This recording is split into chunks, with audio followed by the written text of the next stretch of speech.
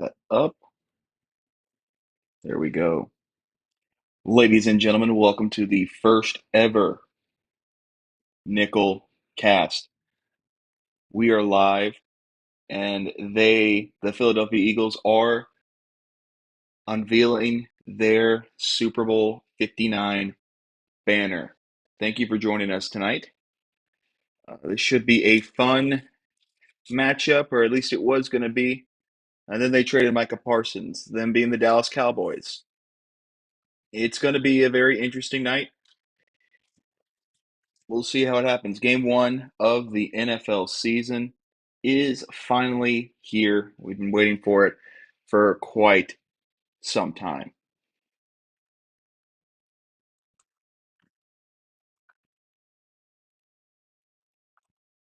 Just post the links out, so we'll wait for viewers. I'm going to adjust the screen real quick. Just do this. Just move over a little bit. Got the game on in front of me.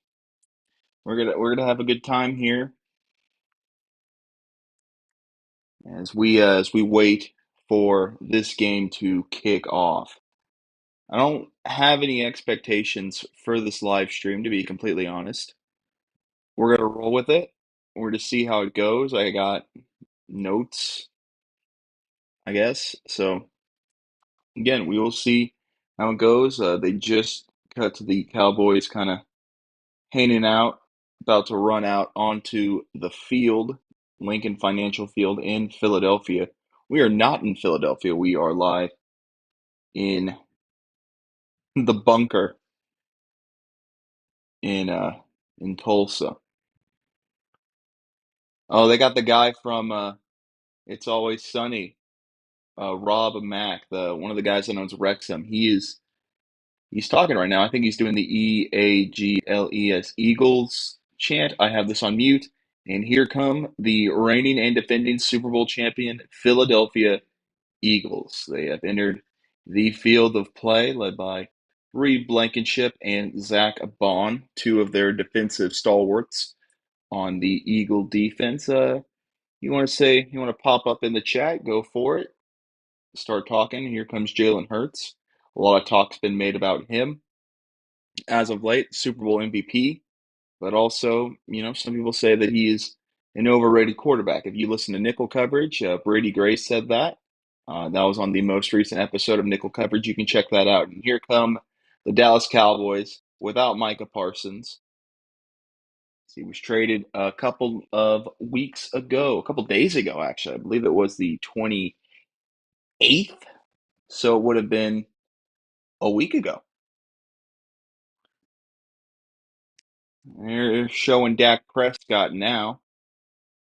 I think they're about to head to commercial break here, but we got time. They haven't started the game yet. I think this was a 7:20 start, but here we have a very fancy scoreboard, as you can see.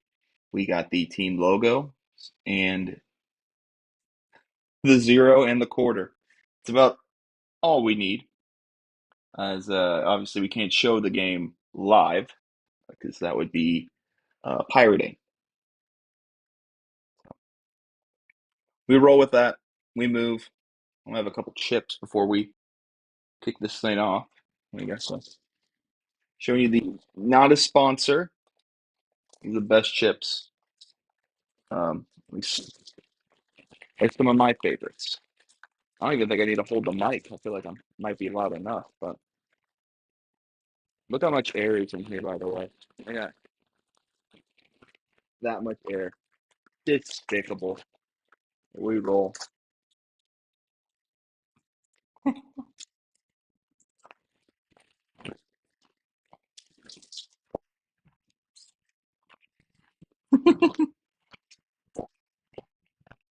We got to go Birds in the chat from Parker Terrell. We will be calling him for a wellness check at halftime. It'll be a very probably good wellness check because I'm anticipating a pretty pretty smooth Eagles victory. Um, if I were to give a score prediction, which I'm going to, I would say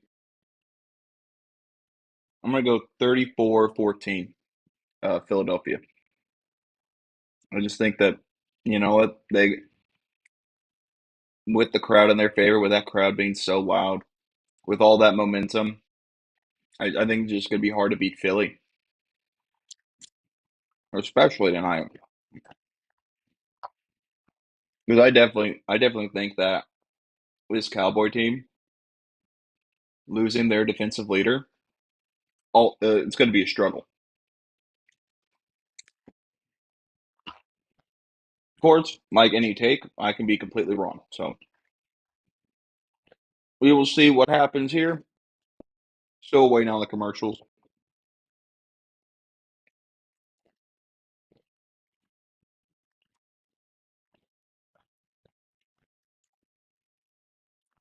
So I don't think I had a chance to talk about this. Um, People are mad about the NFL Red Zone getting like a minute of commercials, which I guess if it's, like the commercial free football thing, I guess that would make sense. But I've never really had Red Zone, so I'm not, I don't know. It's okay. I feel like people maybe, of course, I don't know. Oh, we gotta do the national anthem. Hold on.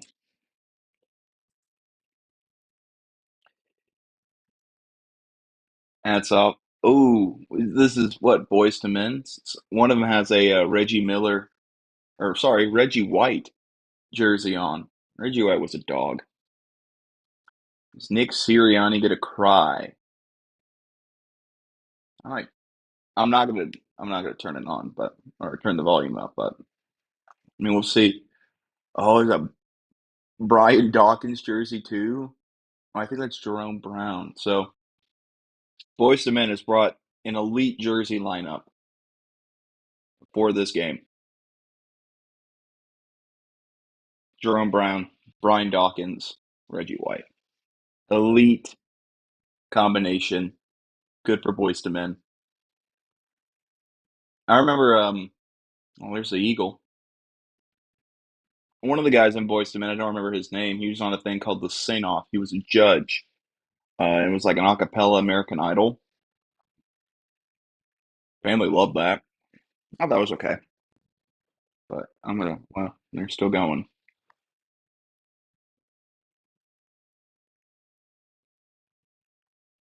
Down the right is going, or left is going ham. I don't even know if I need to be, or how loud I need to be for this. Actually can't hear out of these headphones. So I don't know what that's about, but they're still going.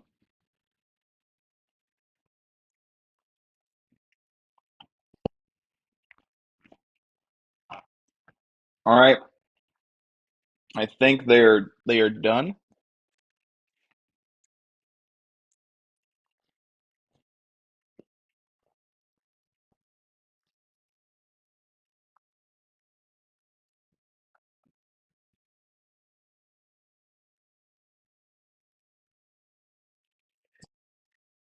We're about to get the party with the opening kickoff. I don't know who won the toss. We're gonna have to see. And okay, they pull up a crazy stat. Dak Prescott, the longest active tenured quarterback with one team in the NFL, and this is his 10th year. That's kind of crazy because when you think like even 5 years ago, there were so many guys that were in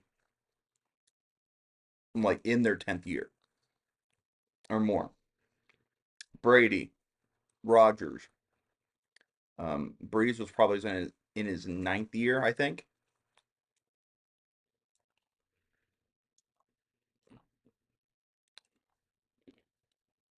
I just so much, and that's not saying like which quarterback is better or anything, but It just kind of tells you about like the length, the career length with a single team in sports. It's almost rare to just play out your career with one team. And to those that do that, I salute them for it.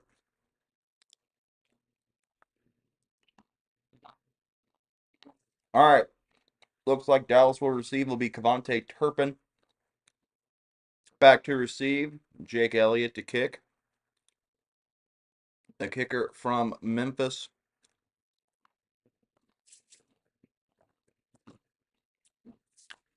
Football is back, or the NFL is back.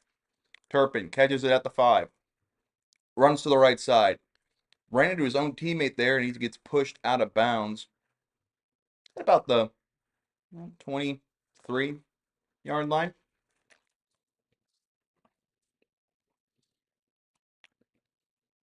So kind of the big acquisition for the Cowboys was George Pickens, traded from the Steelers to now the Cowboys. A couple of other big acquisitions. Javonte Williams, now the starting running back. And there's already a downed player on the field. He looks completely dead inside. That is number 40. I think that's number 43, Parker Johnson. But he is currently down. Oh, no, it's not. No, that's the fullback. That's the Eagles' fullback. Uh, Ben Van Sumeren from Michigan State. He has one catch and no yards in all of his time with the Eagles. There's a flag now. Do not know what that's about.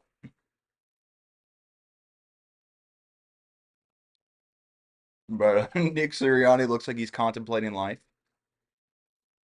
Let's see, we await this penalty call. 6 seconds of the NFL have begun. And Ben Van Sumeren is still down.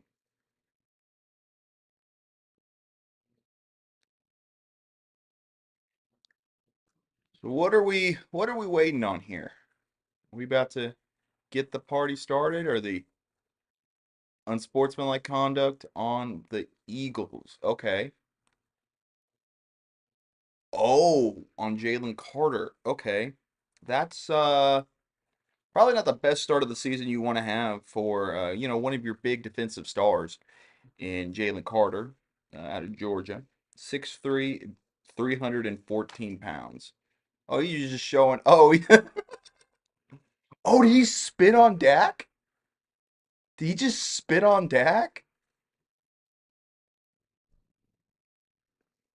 Dak kind of walked up to him and he spit on Dak Prescott. Oh no! Shades of Bill Romanowski. You gave him 15 yards already. What are you doing?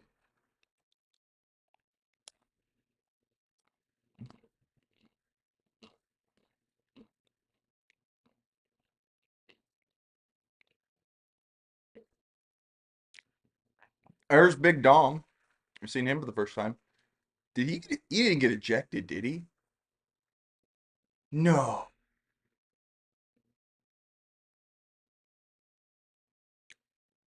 You spat a little lookie at him and he got ejected? There's no way.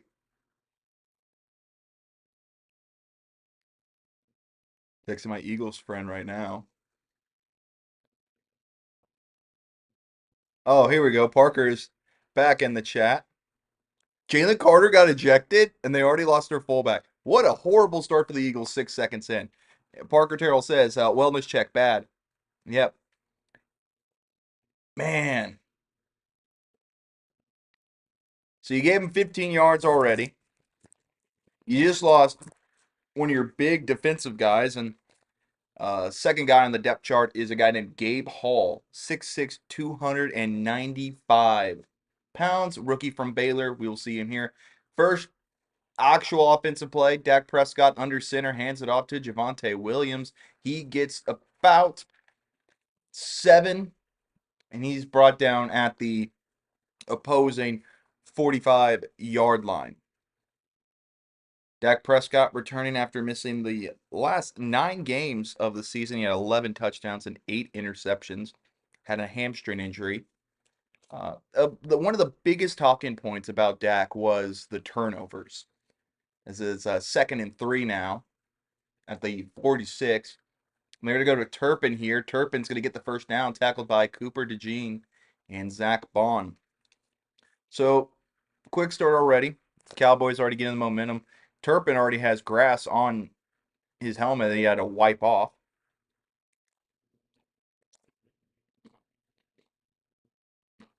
Kind of wild there already. All right, 1st and 10. 13:50 to go. We've just started. We've only just begun. Prescott dropping back, firing. That's over to George Pickens. His first reception as a Dallas Cowboy. I think that's about 4.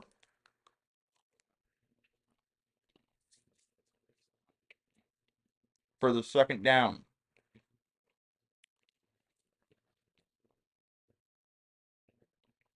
George Pickens from Georgia. 14 games, 59 catches, 900 yards, 3 touchdowns, multiple fights. That was a 6-yard gain for him. They also have CeeDee Lamb. We'll see how much he is used tonight. Turpin moving to his right. Dak under center. Turpin just motioning like crazy. Javonte Williams will dive. He may have been short of the first down, but Jihad Campbell already fighting people, the rookie. He's fighting 78. He's fighting Terrence Steele for the Cowboys on their offensive line, their right tackle. I think they didn't move the chains, and this is Brian Schottenheimer's first game as head coach of the Cowboys. He was promoted from offensive coordinator. It is 3rd and 1. Correction, it's 3rd and 1. Will the Eagles get the stop here? They're at the 33-yard line. They need to get to the 32. 3rd down. Fake handoff. Prescott fires a wobbler over to CeeDee Lamb. Goes out of bounds at the goal line, and CeeDee is already talking. There's a lot of game left. There's a good throw by Prescott. I think his arm got hit by an Eagle defender. I couldn't get the number there, but CeeDee Lamb takes full advantage, and now the Cowboys are in a 1st and goal situation at the 2-yard line. Dak again, little high roller, and they're going to get PI right there. That's Adoree Jackson. That's his first year this is his first year with the Eagles. Spent 4 years with the Titans and 4 years with the Giants. So already off to a bad start. They're going to be at like the 1-inch line now.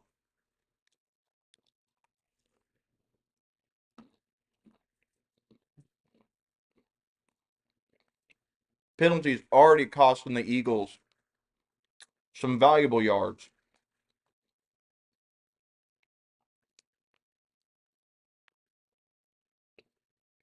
Dak will huddle up under center. Looks like we got a fullback appearance. It'll just be a handoff to Javonte Williams, and he will get the score. The first touchdown of the NFL season goes to Javonte Williams. First year in Dallas after 4 years in Denver. That's cool. Last year he had 4 touchdowns and 139 carries. So he's already 25% of the way to his touchdown total on the year. Now we see Brandon Aubrey for the first time tonight. Phenomenal kicker. Probably the best of the last 2 years. This is his 3rd year. Extra point is good. So we can change the scoreboard for the first time after that touchdown. It is now 7-0. They'll go to commercial break. We'll keep it right here. I will say this happened to Bill Belichick. This happened in North Carolina on their first drive. They led 7-0, and people thought it was over. They're going to win everything. So we'll see how Jalen Hurts does. We'll see how the Cowboys defense looks without Micah Parsons. I can't imagine it'll be good, but the Cowboys have the lead right now. It's a good start, and I part of that is because of the Eagles playing undisciplined already.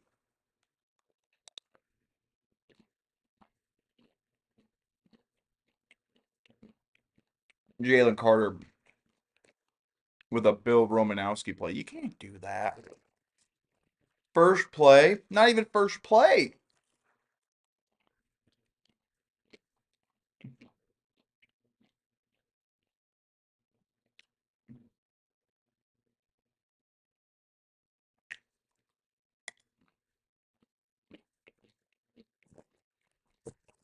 So Eagle fans, good news. I mean, UNC was up 7-0. Stranger things have happened in the NFL. Let's see how the offense looks. I mean, one of the best offenses last year. Saquon, AJ Brown, the weapons are all back.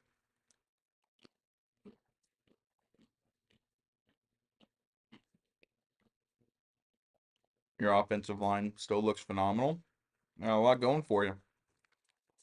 Cowboys, if the Cowboys can pull up this upset, I think that'd be, you know, I think it'd be one of the bigger upsets that we've seen in NFL kickoff games, which I think most of the time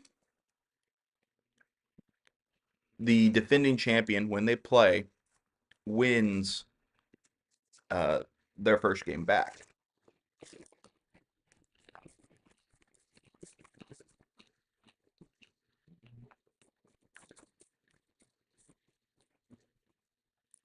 The last team to not do that was 2023 when the Detroit Lions upset Kansas City at Arrowhead.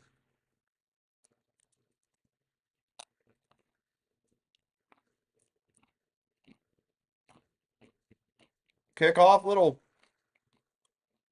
squibby, but goes back for a touchback, and now we see Jalen Hurts.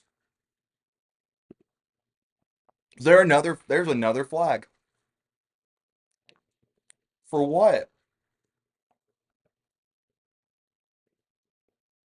Why is there another flag?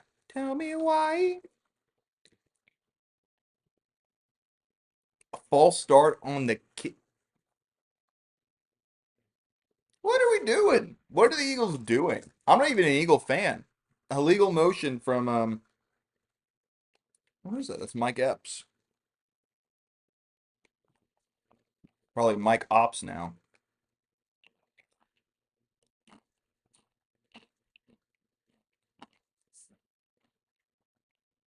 So this is the first time we will see the Eagles offense today.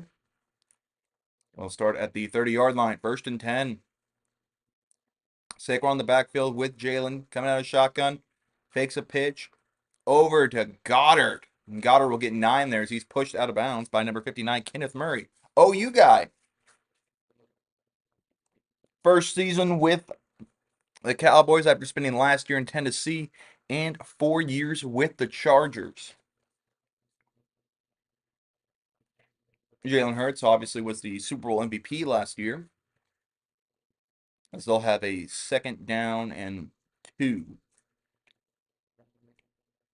Hurts still in shotgun. It looks like they got 3 bunch. They'll go to Saquon here. Saquon up the gut, goes to his right, gets the first down. Tackled by the newly acquired Kenny Clark. So, hey, look at that. He's already making an impact there. Kenny Clark with the tackle, but the Eagles will get the first down there.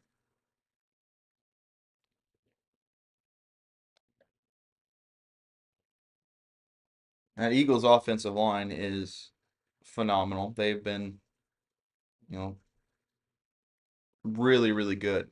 Fake handoff. Hurts scrambling. He's going to run it himself. He's going to slide near midfield at the 48, 49-yard line. Second down will be another second and short. So the Eagles offense looks pretty good. They have the 2 tight ends set up on that play, and what a play by Lane Johnson getting Kenny Clark out of the way. providing a hole for Jalen Hurts to run out. Yeah, Lane Johnson just pushes him out of the way there. Phenomenal work by that Eagles offensive line. Like I said, Lane Johnson, another OU guy, is in his uh, 12th season. He is 35 years old, and he is still going for it. That was a 7-yard run by Jalen Hurts. 2nd and 3. Toss to Saquon. He'll get the first down, and he'll get more. He's getting his lineman. He's saying, block for me. And he is at the opposite 30 or 40-yard line, I believe. So 1st and 10 for the Eagles. We are moving quickly. And Collinsworth is showing the double tight end bunch. They got Dallas Goedert and Grant Calcaterra blocking on the right side over there. That was a good pitch to Barkley, and Barkley was pushing the center Cam Jurgens out of the way. He's saying, "Block for me. Let me get some more yards." And at the moment, Saquon looks like he hasn't lost a step. Will Shipley out in the backfield now. Hurts going to pass. He's going to get it over to Dallas Goedert, and he'll be tackled at the 30-yard line. That play is by number 57, Jack Sanborn, first year with the Cowboys after playing 3 years with the Bears. Gain of 6 right there, 2nd and 4. 8:45 to go. The Cowboys lead 7-0 on this first Nikkelcast. Barkley back in. He'll take the handoff. And oh no, that's Shipley again. Apologies, that's Will Shipley, the running back from Clemson. In his 2nd year, he goes for the first down there. Saquon on the sideline next to Big Dom. Just waiting on his turn. He had a big run earlier. 1st and 10, new set of downs for the Eagles, and the Eagles are driving pretty quickly. They're already at the 25-yard line, making a quick work of the Cowboy defense thus far. It's a handoff. Or it's a pass to Shipley. Shipley gets to the 5-yard line off the quick pass right there, and it's 1st and goal for the Eagles. The Eagles' helmets look a little darker. They don't look they look less green and a little more black. I wonder if that's a new thing or if that's just like the light hitting it. Good block by Devontae Smith there, although he got kind of rattled there by Kalar Aleem. 1st and goal to almost the 5-yard line. Saquon in the backfield now. He'll take the handoff. He'll guide his way. He'll get to about the 3-yard line. And he is tackled by number 41, Donovan. Bear with me. Donovan Izoroku, a rookie from Boston College. He was the 44th overall pick, 6'2", 248 pounds from Boston College. 2nd and goal. 6:55 to go in the first quarter. It'll be Barkley and Hurts. Looks like Hurts will line up under center. Calcaterra moves to his right. They'll do the bunch tight end setup. Have him right there. Barkley goes to his left, and he is stuffed. Stuffed at the 3-yard line. I believe it was number 90, Solomon Thomas, making a big play already.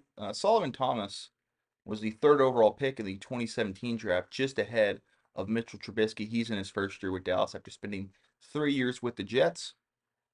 Last year, he had 3.5 sacks and 25 tackles, excuse me. 3rd and goal now. After the Eagles were cruising, it looks like the drive has stalled out here for a little bit. They have a big 3rd down right here. Hurts under center, looks to his left, looks to his right. He's going to scramble. He's got a lane, and he's going to waltz on in for the touchdown. The Eagles have scored 6, and Jalen Hurts has his first rushing touchdown of the day. I believe he had 14 rushing touchdowns last year. Part of that was because of the tush push, but hey, rushing touchdowns are rushing touchdowns regardless of how you do it. So Jake Elliott will come on to kick the extra point unless Sirianni's feeling really dangerous, and they'll go for 2, but I honestly doubt it. Yep, there's Jake Elliott.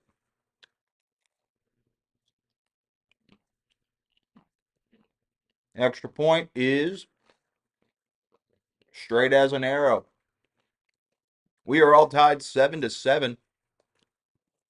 Change that scoreboard real quick.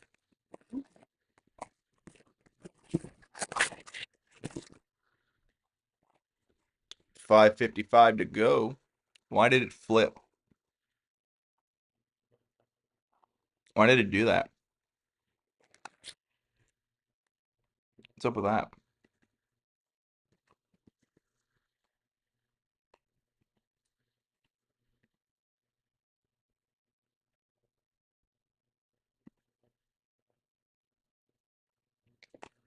Why did it do that?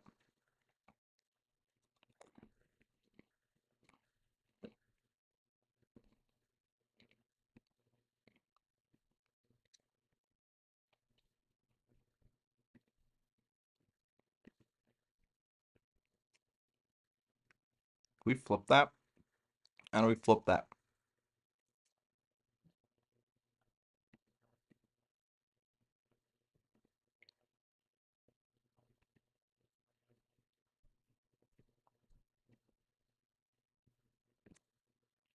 Well, it's a backwards 7 now, I guess. I don't know what's happening there. It's week 1 for everybody.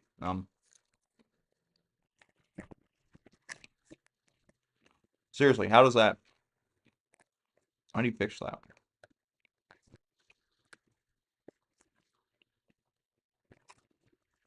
You just need to. Is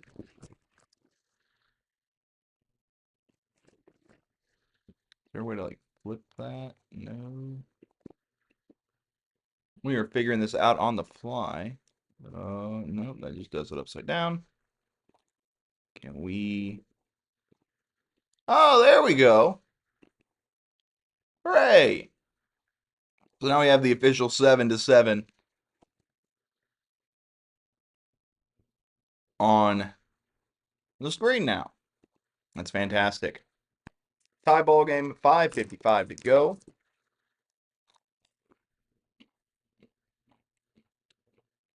What do we think of this game, everybody? Type in the chat.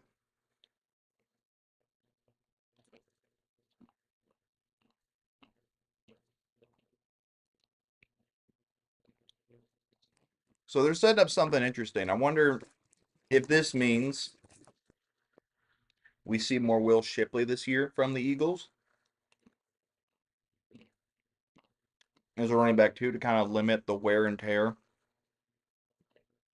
off of Saquon.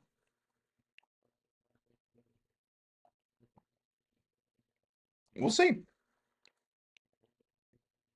Elliott to kick it. A little bit of a wobbler. It'll be caught by Turpin, probably at the 5-yard line. He's running up there. Kind of got tackled by his own teammate, but he is down. Oh, and there, fine already. A helmet has been removed, and there is pushing and shoving. There may be several ejections here. Flags flying. Just a simple tackle. And chaos is broken out here.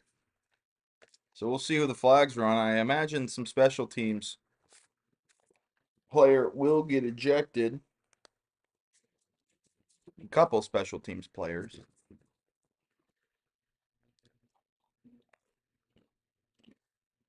That was crazy, just off the bat.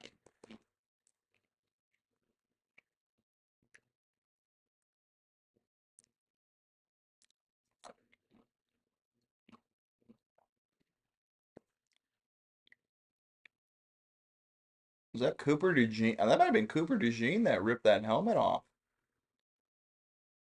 And then 35, the Cowboys. I don't have his name in my notes. We'll see what happens here. Probably offsetting.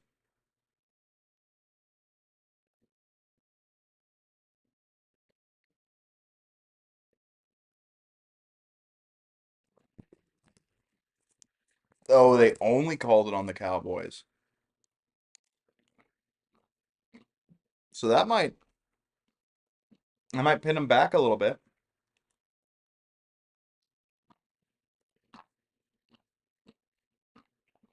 We will see where they spot the ball. And it's going to be at the 12-yard line. 5:48 to go. We're already have had like multiple fights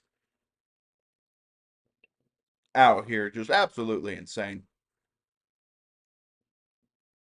1st and 10 for the Cowboys. Hand off to Javonte Williams. He's going to go about 3 yards there. Tackled by, it looks like, that's not it. The offensive thing right here. Looks like he was tackled by number 3, Nolan Smith Jr. The Georgia Bulldog. There's a lot of Georgia Bulldogs on this Eagle roster.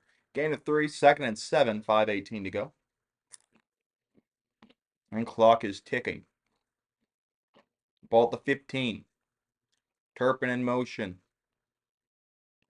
Prescott fakes a handoff, goes to his left. He's going to try to avoid the sack. Several pump fakes, and it's caught by CeeDee Lamb somehow at the 30, and he'll go 3 extra yards.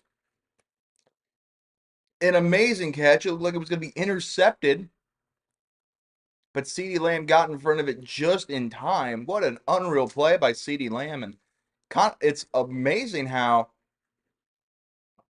Dak didn't get sacked there, because it looked like he was going to get sacked a couple times there. He got touched by, I think it was 58, Jalix Hunt, and then 90 Jordan Davis are all up on him. And then CeeDee Lamb gets in front of Cooper DeJean and takes advantage.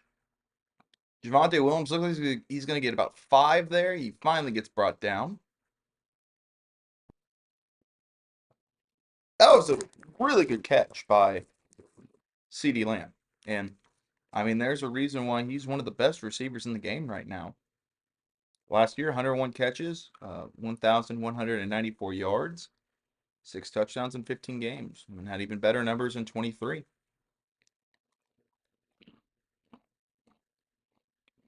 Second and 5.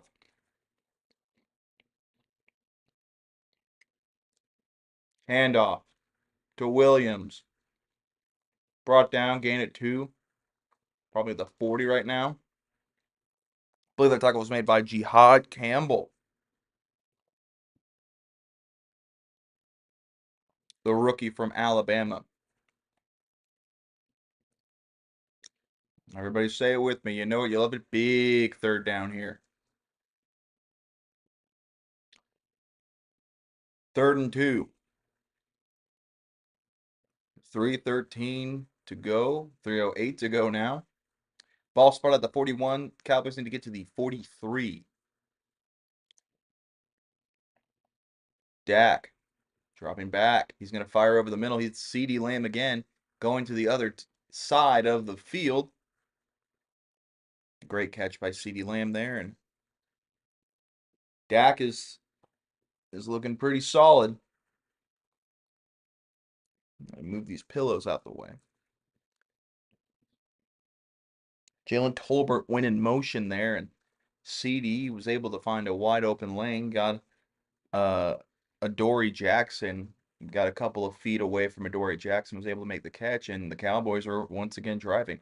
Miles Sanders appearing for the first time today, former Eagle. Tried to get the Eagles to jump offside there, no dice. 1 second on the game clock. They're going to go. Void to delay a game penalty. And it's caught by Miles Sanders. Quick pass. He's down at the 30-yard line. Tackled by Reed Blankenship. Flag on the play. It's a hold on the offense. Their camera's pointing at Tyler Smith, the 6'6", 332-pound left guard out of Tulsa. Sad day for the Golden Hurricane. He was going to get beat there. So it kind of just tripped him up. It's 1st and 20 now.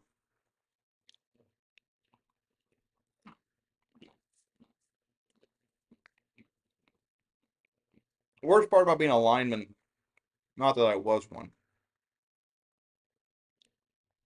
As Dak dropping back, he's under pressure. He's going to throw to Sanders. That's going to be a loss. Zach Bond tackling him closer to midfield. That's going to be second and 23 with 90 seconds to go in this first quarter.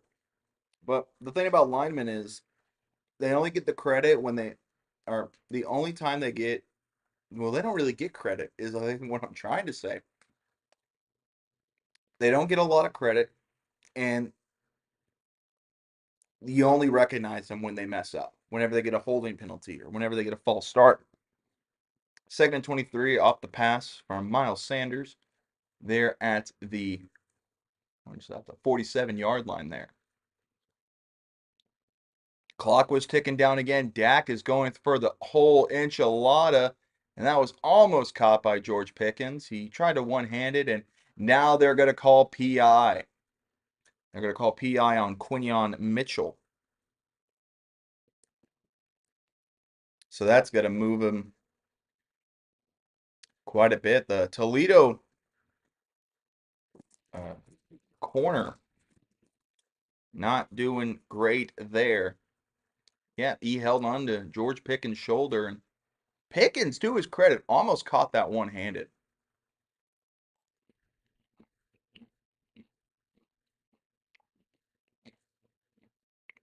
So then that makes it automatic first down, and that's a big, big swing. Puts him at the 12-yard line, first and 10. Dak going to his left. He's going to fire. Looking for Tolbert there. Incomplete, though. I think Tolbert was a couple of yards out from that one. Jalen Tolbert from South Alabama. Last year he had 49 catches, 610 yards, and 7 touchdowns. A solid wide receiver 3 for the Cowboys. You have Turpin as your gadget guy. Quinyon Mitchell had a good cover on that set there, on that play. Second and 10, 46 seconds to go here in the first quarter. Handoff, Williams. He is still going. He's going to get the first down. He's going to be stopped at the 2-yard line. Javonte Williams just kept fighting for that one. Only he showed that kind of fight in Denver. I'm not salty. I'm just saying. 25 seconds to go, first and goal. They're at the 1-yard line, basically. I think I get a QB sneak in here. Running an audible. 13 seconds to go. 10, 9. They gotta let the clock run out. What are we doing? 3, 2, 1. Now they're just gonna let it run out. All right then. So that's the end of the first quarter. Cowboys and Eagles are tied 7-7.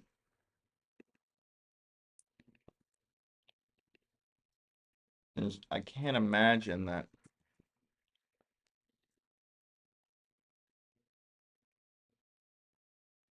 we'll be here too long. Likely that the Cowboys will get the score here. Maybe.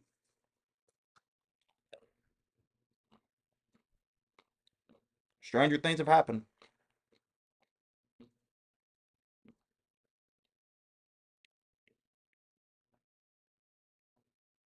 Showing Jerry Jones, star of Landman. He's having a good time, I guess.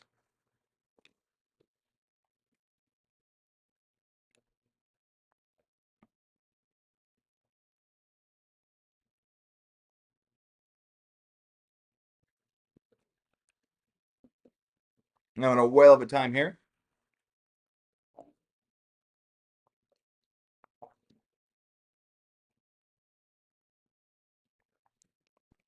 If you've not seen the full schedule for these Nikkelcasts, I'll go ahead and share it with you. Next Nickelcast will be September 18th, Dolphins at Bills. We'll be back at the same time, 7:10. Then October 2nd, it's Dolphins at Rams. October 30th, it's another Dolphins game, Ravens at Dolphins. Excuse me. November 6th, Raiders at Broncos. November 13th, Jets at Patriots. December 5th, the Sun Belt Championship. That's the only college football game we will have this season. Again, subject to change. And then December 11th, Falcons at Broncos.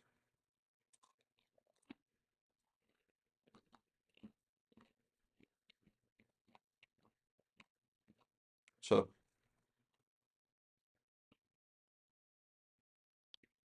again, subject to change.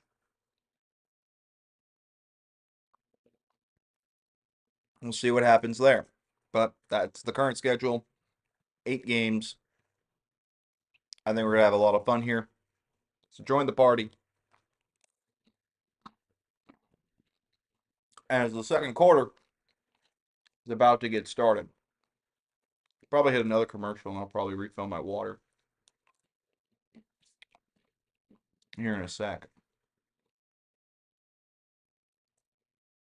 First and goal. The 1 yard line on the other side of the field now. Dak, handoff. Javonte Williams, easy score. That's a touchdown for the Cowboys.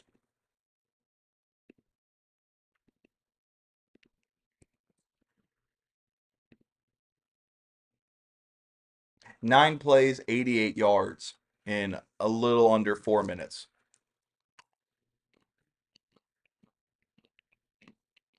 Dak has been looking good. CeeDee Lamb has been looking phenomenal. The offense has looked really good.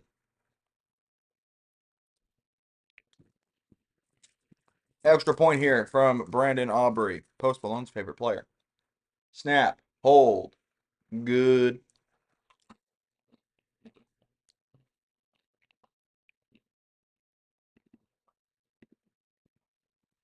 (14-7).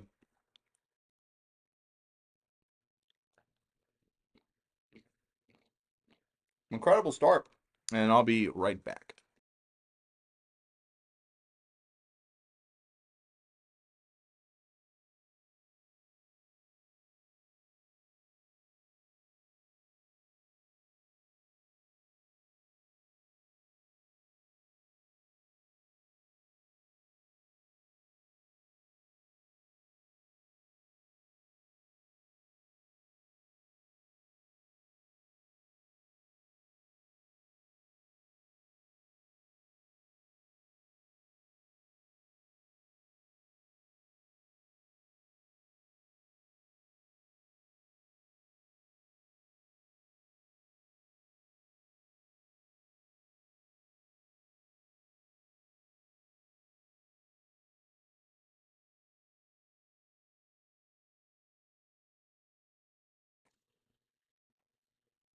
Cowboys off to a pretty hot start. 14-7.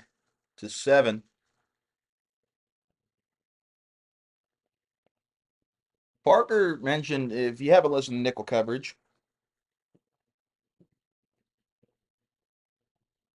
Parker had this as the second best rivalry behind the Bears and the Packers.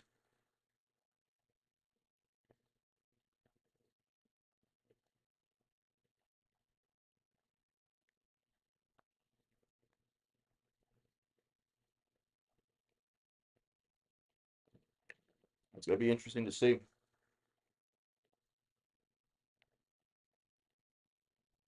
They're showing an ad for Canelo Crawford. I'm very excited for that fight. That's two of the best fighters right there. That's I think next week, 2 Saturdays from now.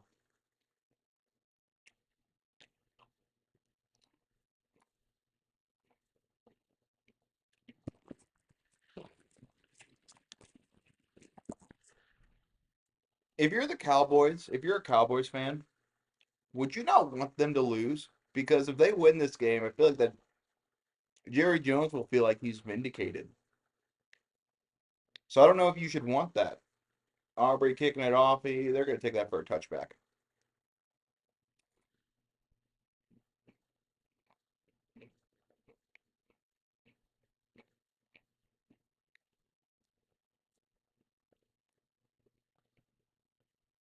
I don't like how the kickoffs are at the 35 now. I guess that incentivizes you to kick it in in play, but I feel like touchbacks are natural. So I feel like you should just put them at the 25. First and 10 at the 35. They'll hand it off to Saquon. Saquon, what a nice move there, and he'll get about 7. Got hit kind of hard by Deron Bland there.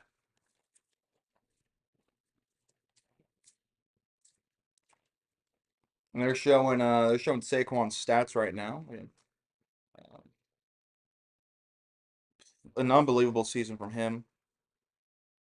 345 carries, 2,005 yards, 13 touchdowns. I think he won Offensive Player of the Year, and as he should, he was phenomenal. Second and 4, the 41-yard line. So a gain of 6 for Saquon. Hurts dropping back, a little under pressure. He's going to throw it to Devontae Smith. He's going to reach the first down marker. And he'll get to about the 47. He's tackled by Kenneth Murray Jr. and Donovan Wilson. Donovan Wilson in his 7th season, the 2019 6th-round draft pick out of Texas A&M. He had 82 tackles last year and 4.5 sacks. First and 10 for the Birds. So this is the opening kickoff game. This is the first Nikkelcast ever. I'm very excited about it. Thank you for joining us. Hurts hands it off to Saquon. Somehow doesn't get tackled, and it's going to be a positive game. Does a flip over number 54, Sam Williams.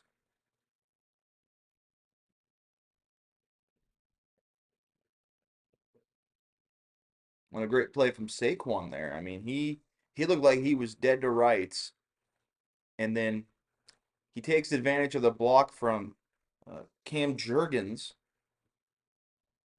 evades number 13, Dante Fowler Jr., and is able to get 4 out of that play. A very impressive 4 yards.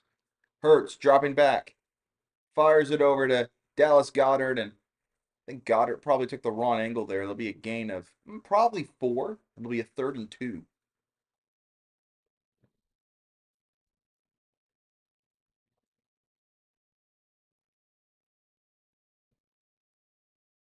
Jalen Carter ejected early in this game for spitting on Dak Prescott. 3rd and 3. 12-12 to go. It's not the wish number. Saquon to Jalen Hurts is right. Tight end in motion. He'll move back. Over to Dallas Goedert again. He'll get the first down. Tackled by 3 Cowboys, one of them being Kenneth Murray Jr. He may be hurt. It looked like he did not land on that really well. Land on his, I believe, his arm.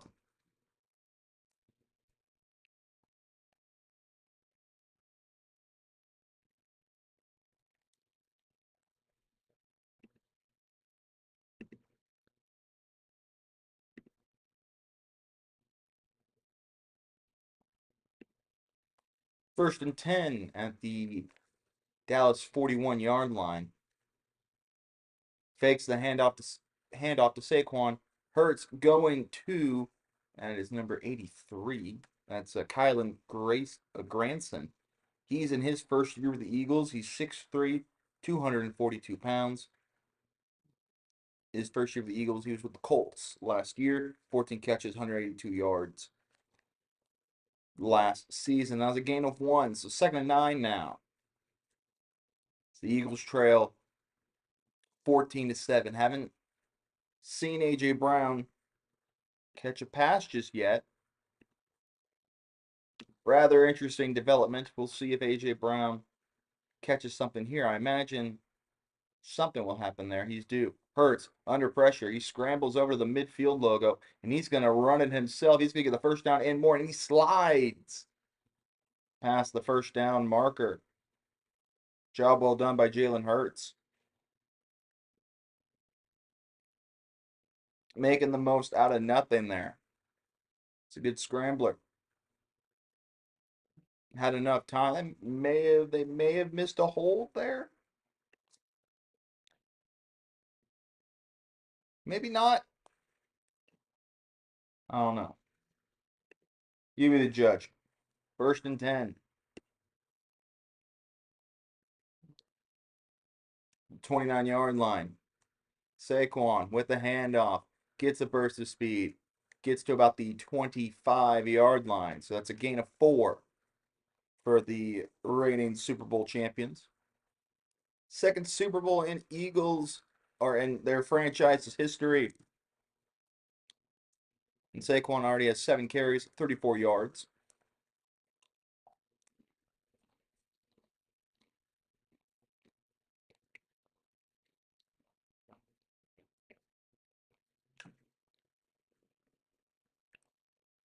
Jalen Hurts currently 6 of 6 for 31 yards. Be another handoff. Looks like that's to Shipley. That's to Shipley. I wasn't sure if that was Barkley or Shipley. 3rd down. Shipley doesn't gain a ton. And here's Saquon Barkley.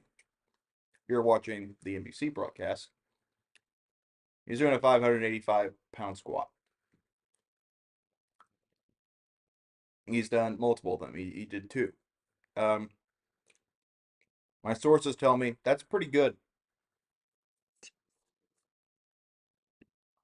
3rd and 5. You're in field goal territory, so if you kick it, it's not the worst thing. Hurts under pressure.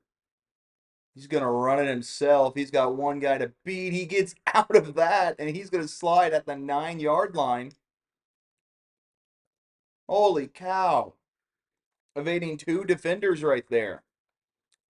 What a move by Jalen Hurts. You know who probably would have sniffed that out? Micah Parsons.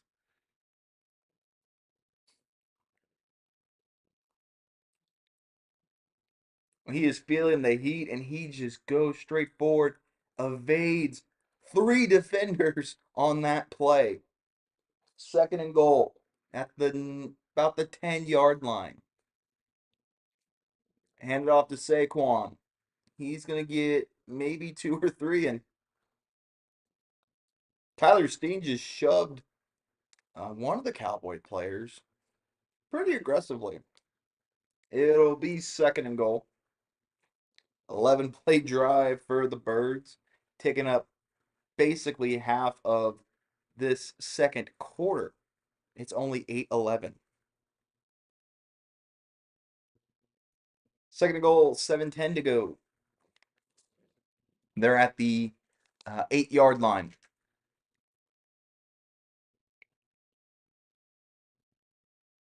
3 seconds to go on the play clock. They snap it. Hurts. Drops back.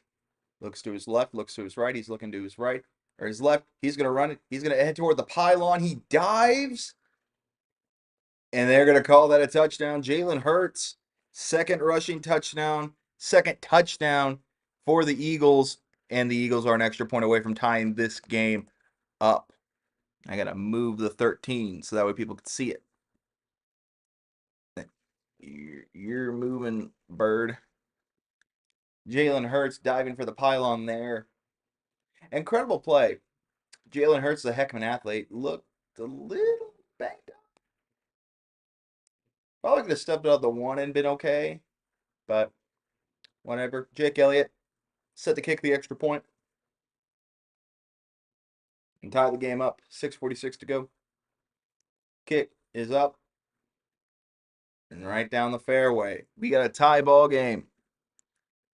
14-14 here in the second quarter.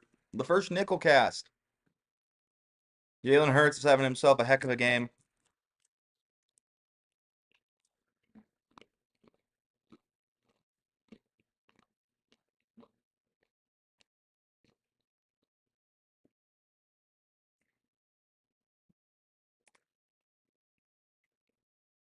We look at the stats here. Jalen Hurts, 6 of 6, 31 yards, 5 rushes, 5 carries, 43 yards, 2 touchdowns. Saquon, 8 carries, 35 yards. Will Shipley, 3 carries, 26 yards. No targets to A.J. Brown yet. Devontae Smith has 1 catch for 6 yards. Highland Granson, 1 catch for 1 yard. And Dallas Goedert, 4 catches for 24 yards.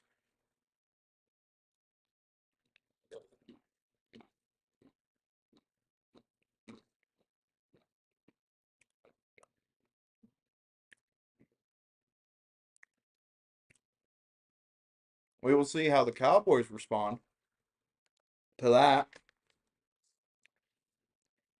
And will they take just as long as the Eagles did?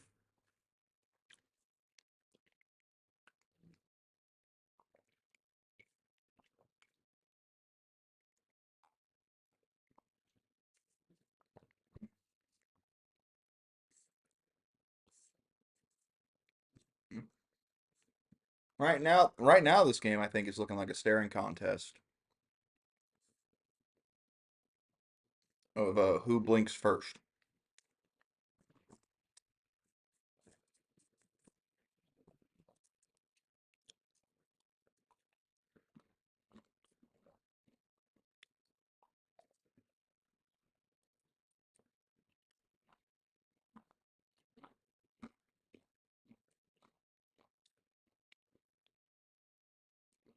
And we're back. Oh, we got a live graphic. Does Brandon Graham know that? Does he know what he's holding? Josh Sweat, now with the Cardinals, had a very, very good game. Oh, it's a bouncer over to Turpin. He'll take it at the 10-yard line, and he gets to about the 30. That's a tackle by number 21. The Savage, Sidney Brown, played in 11 games last year, had 7 tackles. There's one of them. And they're replaying Jalen Carter's spit. Now, I will say, did that probably deserve an ejection? No, but also it was just like a little. This Dak firing gets it over to Jake Ferguson. He's pushing Reed Blankenship out of the way. 2nd down. I believe that was the first time we called Jake Ferguson's name today. Because that was a gain of 3. 2nd and 7. Miles Sanders in the backfield now.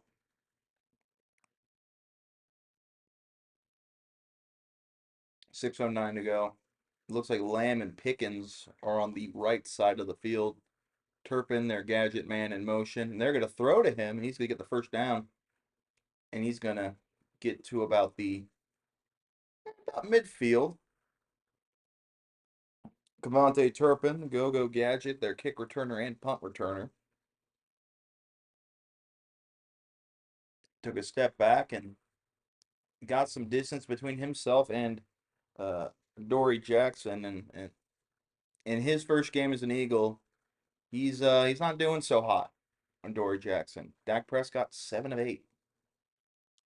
98 yards, 5 minutes to go, 5.5 minutes to go, as they are right on midfield, and somebody called a timeout. Yep. Dallas called their first timeout. I don't know if you want to call a timeout there. Just because you have the Eagles on their heels.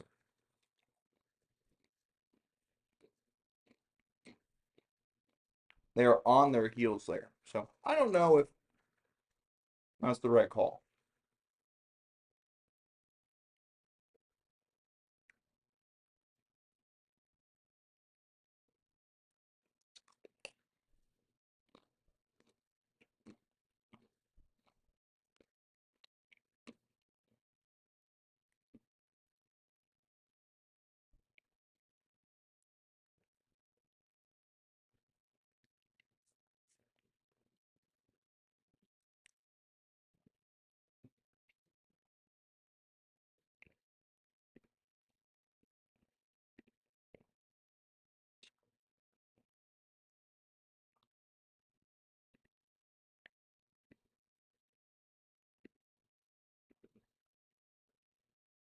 The hmm.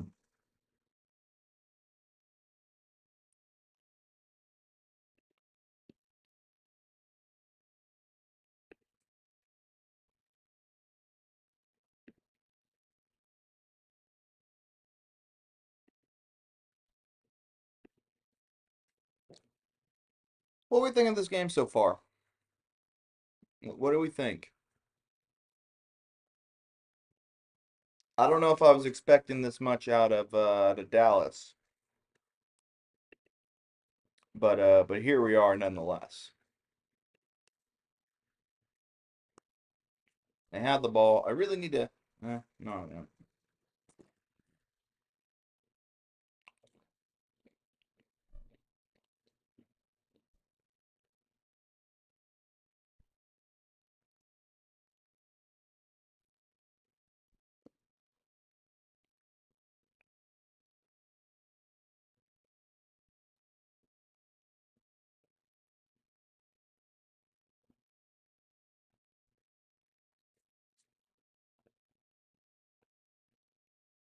Waiting on the game to come back on.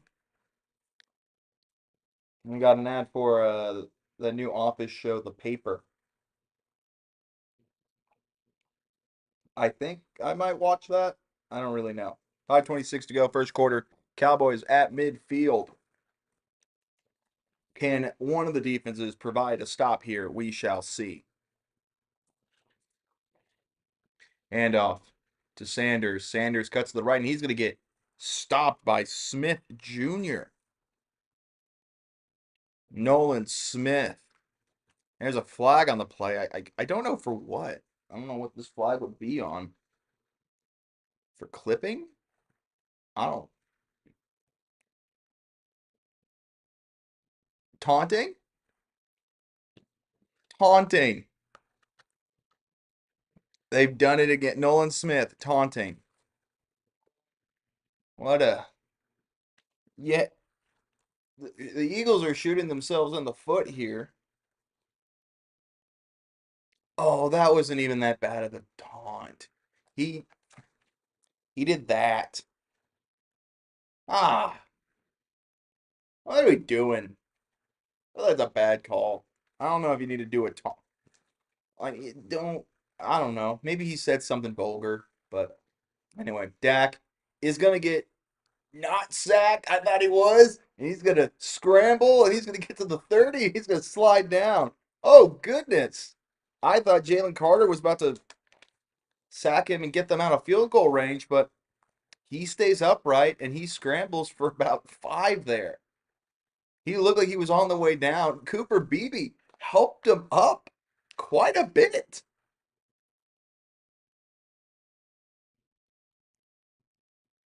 Cooper Beebe says, I will take you to the promised land in his Nacho Libre Halloween costume. Second year guy to Kansas State, 2nd and 7. He gained 3 yards on that play. A very impressive 3 yards. 2nd and 7. Handoff. That's Turpin. He's going to be a little short. Looks like it'll be about 3rd and 2 on this play. 4 minutes to go in the second quarter. Just an unreal play right there, and we'll see if the Cowboys take advantage of it.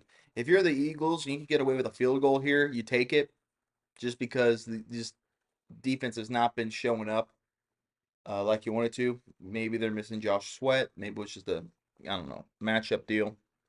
3rd and 2. They're going to hand it off again. That's a Javonte Williams, and he'll easily get the first down there. 3:25 to go. Williams has 38 yards. They're at the, looks like the 23-yard line there.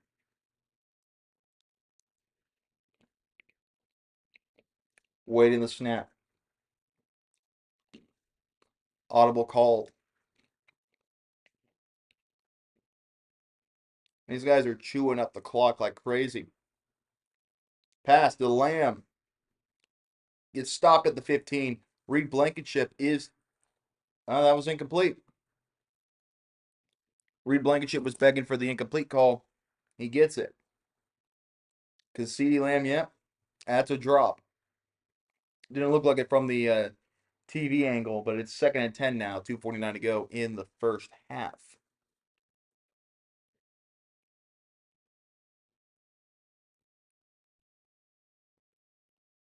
Eagles bettors are sweating right now. And minus 8.5. It's not looking good. Dak up in the air and almost intercepted off of a deflection. Holy smokes, Byron Young almost came up with that. 3rd and 10. Let's look at that play real quick. Dak with the pass.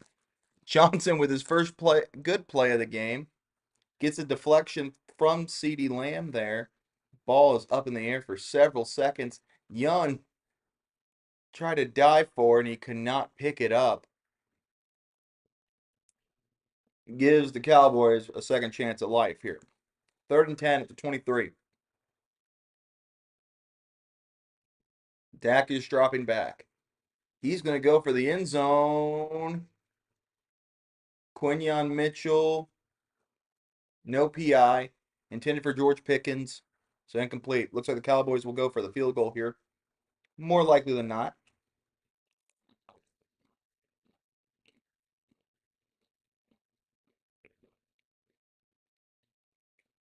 The other thing about that pass is that it was at least 4 yards over the end zone. So even if he catches it, it's incomplete. Brennan Aubrey kicking a 41-yard field goal here. Again, one of the best kickers in the league.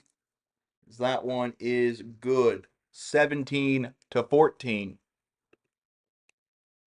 Dallas Cowboys, 2:34 to go. So we see some defense. We see some defense.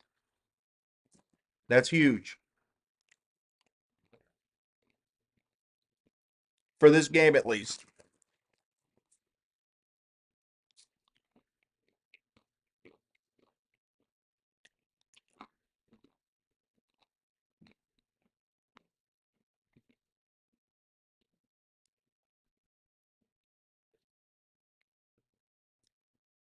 We'll take a break at halftime, and then we will call some special guests, and they'll give you their opinions on the game.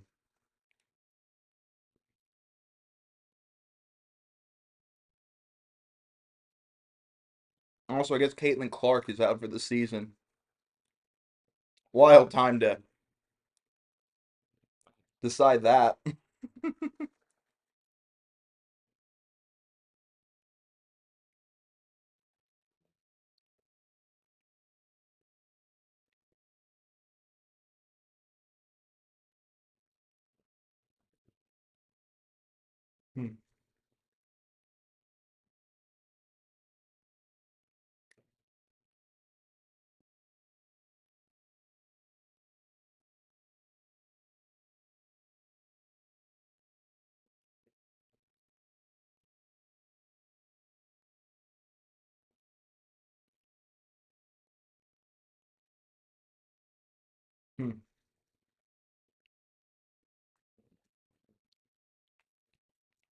Heck of a start to the Nikkelcast already.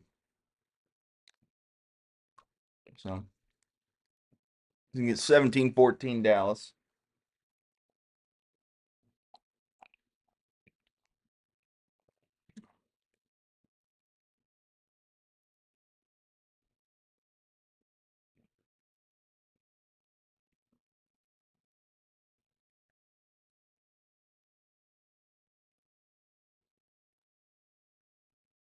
Wait for coverage to resume. Hey, they got an ad for the Winter Olympics. They're in Italy, in Milan Cortina. Great. There will probably not be an Olympic live stream. I'll be real. All right. Eagles will get the ball back. Oh, they fumbled on the kickoff, recovered nicely. That was Shipley. He gets to the 20. They have about 2:29 there to to go.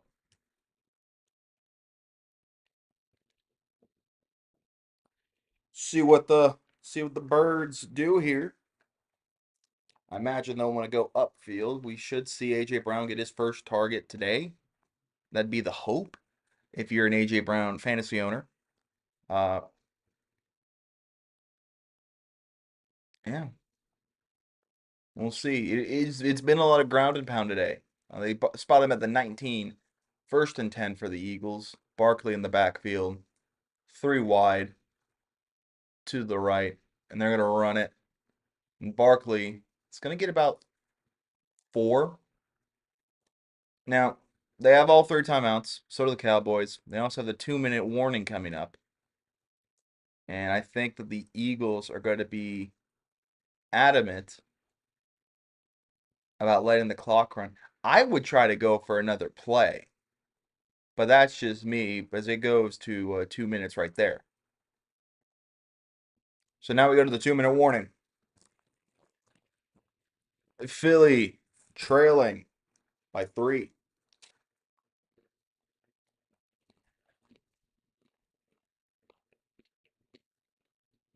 We shall see if Sirianni wants to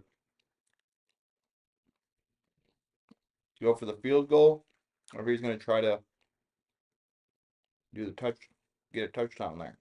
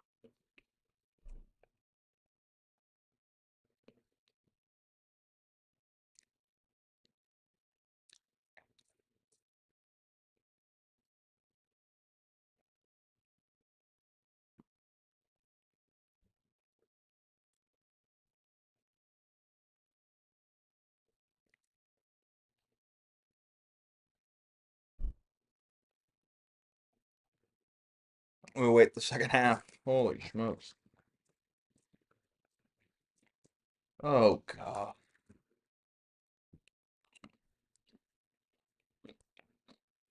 Boxing news. Ready for this.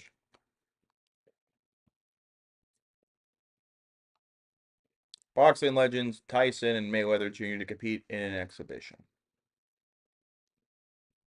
This. Stop it. Just stop it. 1st and 10, 2-minute warning, 2nd and 6 at the 23-yard line. Hurts. Under pressure. He's going to throw it away.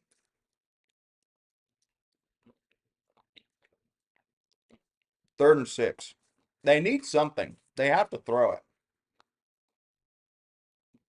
You have A.J. Brown. You have Devontae Smith. I mean, you might as well use them, right?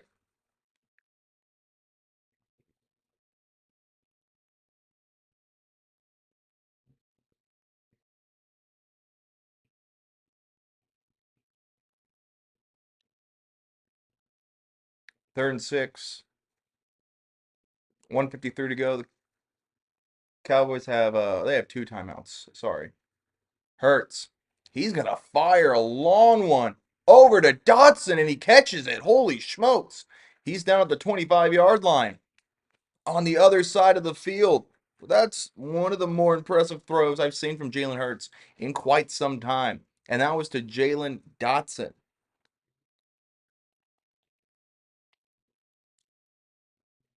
He's tackled there by, I believe it was number 20, Kahar Aleem.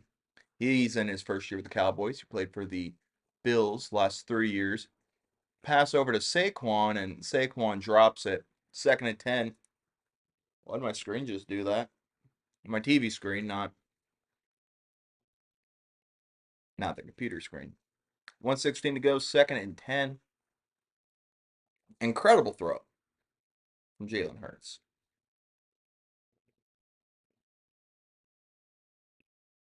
2nd and 10, you're in field goal range, and if I'm the Cowboy, if I'm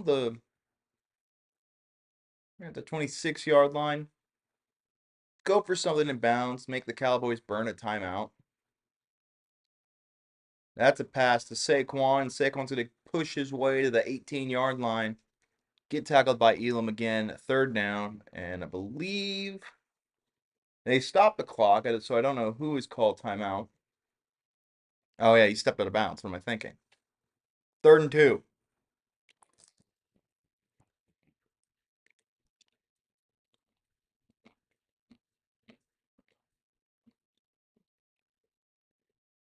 I mean, I would imagine you probably want to go up the gut with Saquon. Well, they got Saquon out in coverage. And they're going to throw to him. Did he catch that? He had to hold on for dear life to get that one. Jumped like crazy. But it's 1st and 10, 1:04 to go.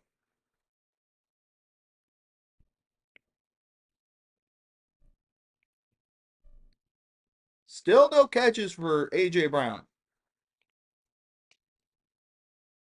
What are we doing? I don't think I have A.J. Brown on any fantasy team. I'm just saying. Like, he was reading a book on a sideline a couple weeks ago. Or a couple months ago. 1st and 10. Hurts. Under pressure. He's going to scramble. He's going to get to the 10 before being pushed out of bounds. He just knocked over a NBC worker.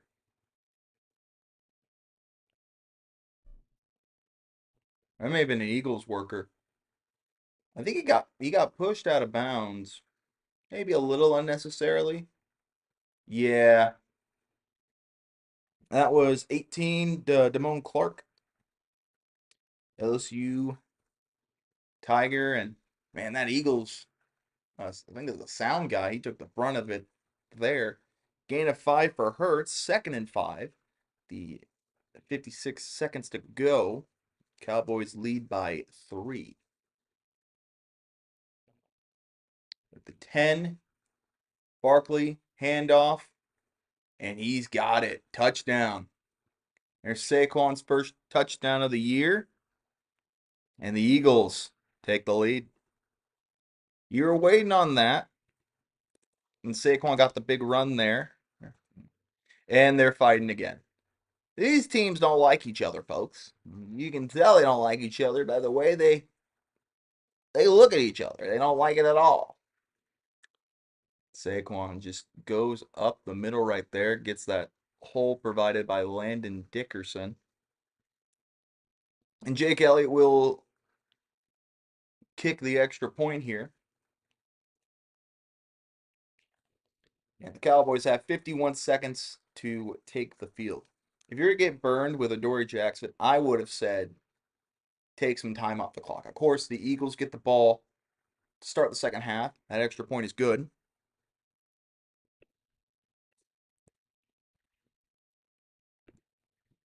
And it's 21-17.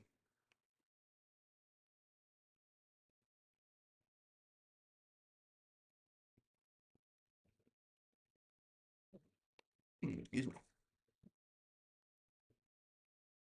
How many Chicago shows does NBC have? They have Chicago Med, Chicago Fire, Chicago Police Department. You might as well just add Chicago Parks and Rec, even though you already did that. Chicago Sanitation, Chicago High School, even though there's definitely more than one high school in Chicago.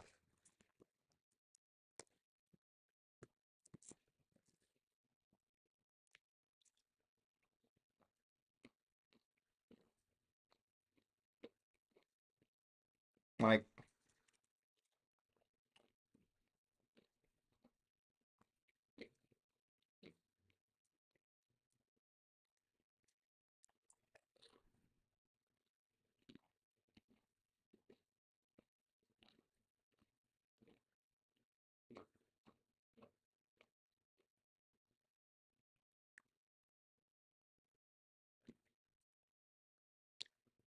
sensational work by the Broncos. Let me show you. Casa Bonito is they re-signed Nick Bonito. Well done. Casa Bonito, Casa Bonito, food and fun.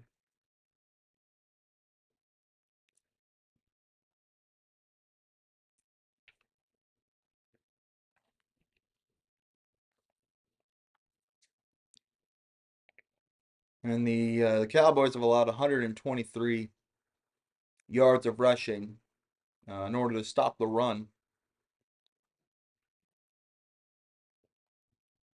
Makes you think maybe you should have kept Micah Parsons. I don't know. Not an expert, but I feel like you probably should. Chiefs and Chargers are playing in Brazil.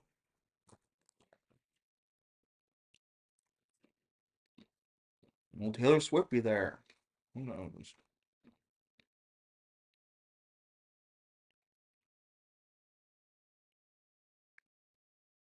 Turpin, ooh, starting at the 5, and he's going to be brought down at the 10 after losing the snap. Oh, they're going to push each other again. It's a very chippy game, folks. It's an unbelievably chippy game.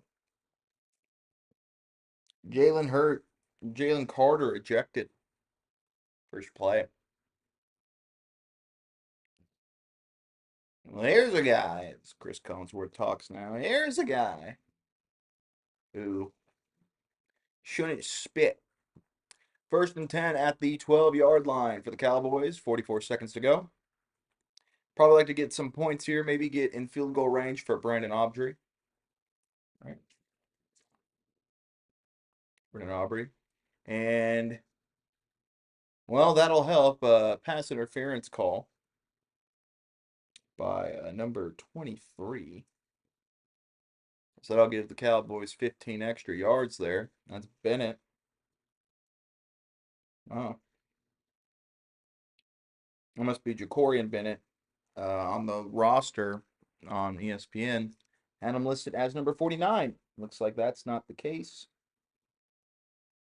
This is his first year with the Eagles.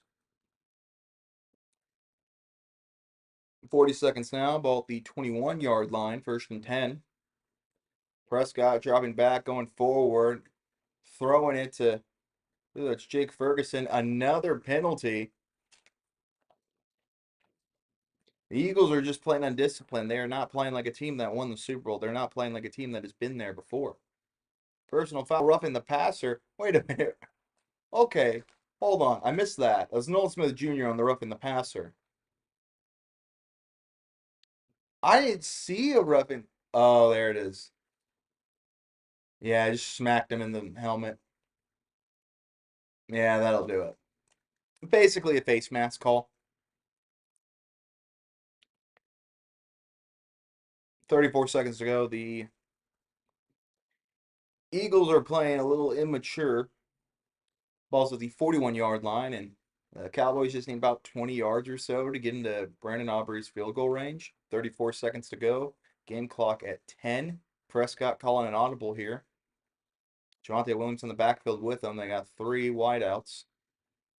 Prescott going over to Ferguson, and they're going to say Ferguson was in bounds. Oh, no, they won't. Well, Cowboys take their second time out.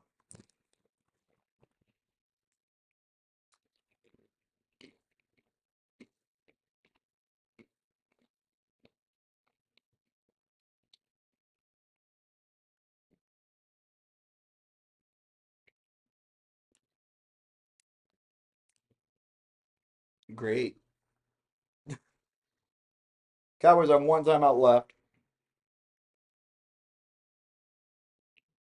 27 seconds to go. Maybe they need Nazi Smith, even though he plays defense. Haven't got to see him a ton. Where's he at?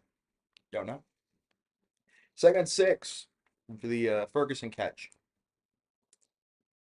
49-yard line on the opposite side, so the Philadelphia 49-yard line gets you to the first down marker. Prescott over to that's Tolbert, and Tolbert will get out of bounds, but he doesn't gain a ton of yardage there. 20 seconds left to go. What will Brian Schottenheimer call up here? Son of Marty Schottenheimer. Cowboys have one timeout remaining. 3rd and 5. Need about at the Dallas 46. They need to get to about the Philadelphia 35, maybe. Caught by Pickens, almost dropped by Pickens, but it's a first down. 15 seconds to go. Clock is still running. They still have the timeout. 9 seconds, 8 seconds. They could still. And did they finally call the timeout?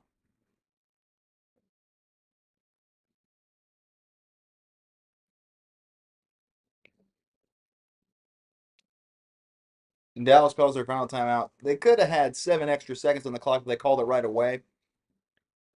So, I don't know about that one there, guys. Oh no, okay. They added the seconds back on the clock, so they have 15 seconds. So now you're in a real predicament. The Eagles know you have to go out of bounds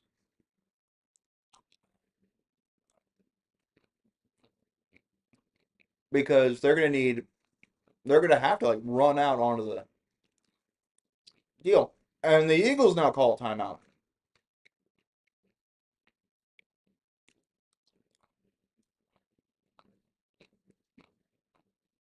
Is there one to see the formation?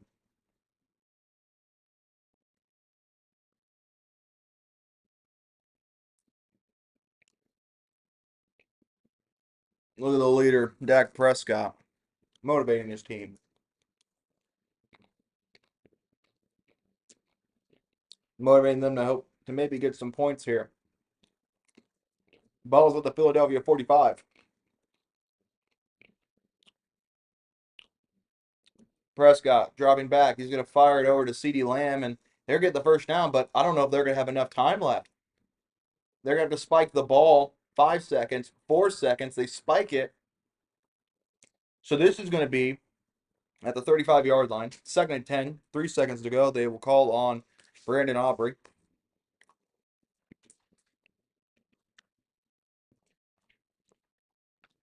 In amazing stat, 24-27 from 50-plus yard attempts, and this will be a 53-yarder here on the off the right hash. So put the Eagles down 1 point here, and they're going to ice the kicker. The Eagles are. 3 seconds to go. We'll take a little bit of a break during halftime, and we'll come back a little before it starts. The third quarter starts.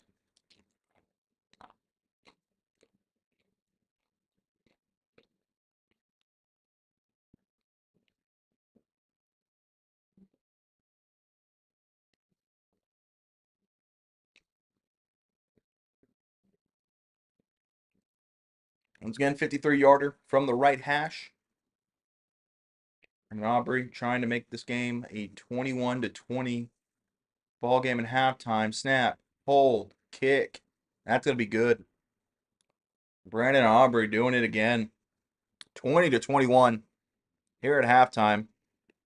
I think a better game than what people were expecting. It's halftime now. It's halftime now. So we'll see how the second half adjustments are made. We will see you back here for the fourth quarter or the third quarter of the Nikkelcast, and we'll take a quick break. We will be right back for the second half.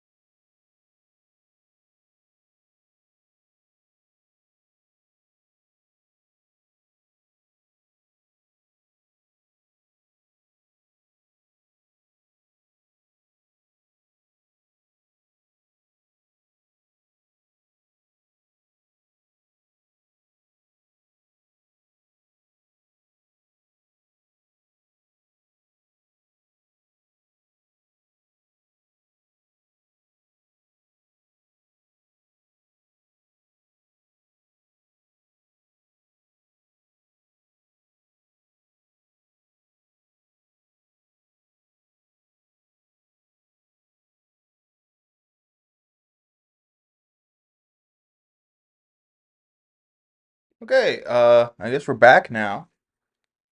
Did not realize I was making taquitos in the oven. Did not realize that we had already started the third quarter. So, this is what we were gonna do. We're calling Parker.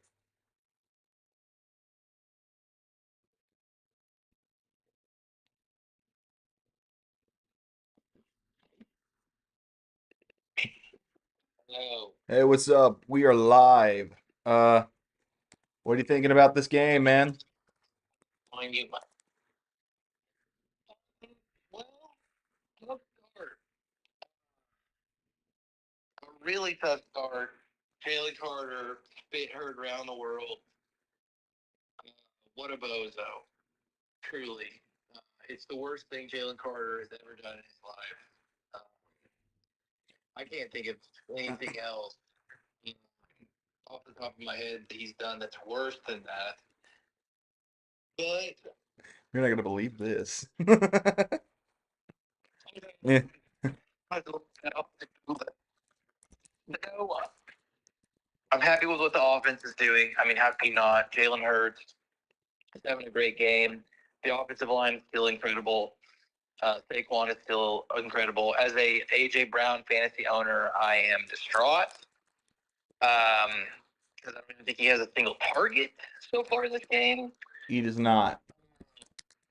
So that is concerning for me, considering that he is starting. But overall, I think our defense really misses Jalen Carter a lot. Not being able to get a ton of pressure on the quarterback. I think, though, that Dak has been exceptional in getting away. So credit to him, credit to Dallas. Dallas is a pretty good team. I'm just thinking about Dallas' defense right now. If they had a guy like that could rush the quarterback, he could play either end or maybe linebacker, drop back into coverage.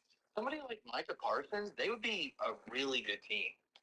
Uh, but right now, our tight ends are just like running free. So yeah, uh, I think for the first game of the season, I'll take it. Dotson. Jalen Carter is our best player. I mean, you could maybe say Saquon or Lane Johnson, but Carter is in the discussion, and we lost it before they even played it down. Yeah, that's dangerous. Oh, Saquon is still on his feet as he gets to around midfield there.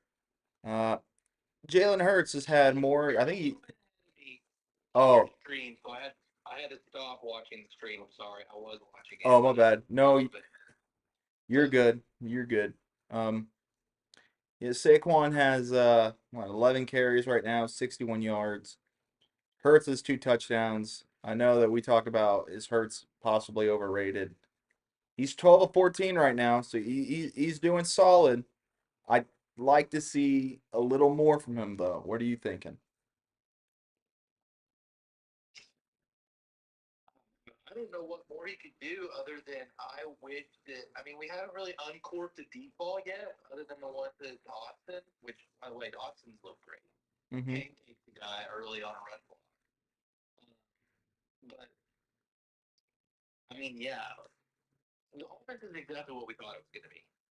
Run it with Saquon, go play action, look for our guys. If that doesn't work, we have Hurts to run. So that is working. I'm happy with. Oh, we got a good running back action. Yeah, AJ Dillon sighting right there. He had a 9 yard carry right there. Yeah. So I mean that's good that we have a little bit more. I mean, I don't know, he was out all last year. Yeah, it's been him and Shipley We kind of. had some depth with Saquon. Shipley looked pretty solid actually. Mm-hmm. Did almost muff a kick, but Yeah. uh, yeah. So like I said, I'm happy with what's going on so far. Our defense is gonna have to step up. Adoree Jackson looks bad. He has not been able to guard CeeDee Lamb, which I mean I get that. CeeDee Lamb is a top five receiver in the NFL, but the Cowboys definitely look to be improved on offense. with Pickens. And I think if I was a Dallas fan, I would be excited for the offense this year. Yeah, well, I wonder if they've come out motivated because they have something to prove for this game, and maybe they take a step back in their next game. Yeah, and they talked about it on the broadcast about how Dak wasn't in either of the games last year against the Eagles, which Hurts wasn't in one of them either. But still, we had the GOAT Kenny Pickett come in. Uh, but yeah, no, the Cowboys do have a lot to prove. You just traded away your best player on the team. You got a new head coach. You got Dak coming back after missing 10 games last year. Yeah, they have a lot to prove. They gotta. I'm New defensive coordinator. gonna spoil a play for you here. Kenny Clark now has half a sack. Micah Parsons has 0. Jerry Jones vindication. Who did the Packers play this week? Lions. Parsons may not play though. I thought. Or they have to give him injections or something. Oh yeah, some back injections. Are you saying he has to get back shots? I wasn't gonna say that, but technically, I guess so. Technically, he needs them. Yeah, that's not great. First sack of the night for either team. Yeah. Jake Elliott about to kick a field goal now. A 58-yarder. I like the look of Dotson. He almost looks a lot like Devontae Smith. I keep thinking he's Devontae Smith. Kick is up, and it is. I'm gonna wait. I have Jake Elliott in fantasy too. You can tell me. Yeah. It's good. He nails it from 58 yards. Right. 24-20. This is a shootout. Hopefully people took the over. Which the over is actually kind of high, 59.5 is what I thought it was. So there's still quite a ways to go in that. Oh, absolutely. What was the over under? 59.5. Well, we're at 44. So, shoot, I mean, we'll see. I mean, we'll see what the Eagles defense styles up. Fangio's dogs. See if they can get any more pressure on Dak. Because that's really been the biggest issue. Yeah, they got it. They got to get to A run game. They've been able to punch it in when they get close with Williams, but they don't have a whole lot of run game. I've liked what I've seen out of Nolan Smith. That penalty on him was complete BS. I'm liking what I'm seeing out of Jihad Campbell. I'm liking what I'm seeing out of the guys that we talked about on your podcast, Jalen Hunt.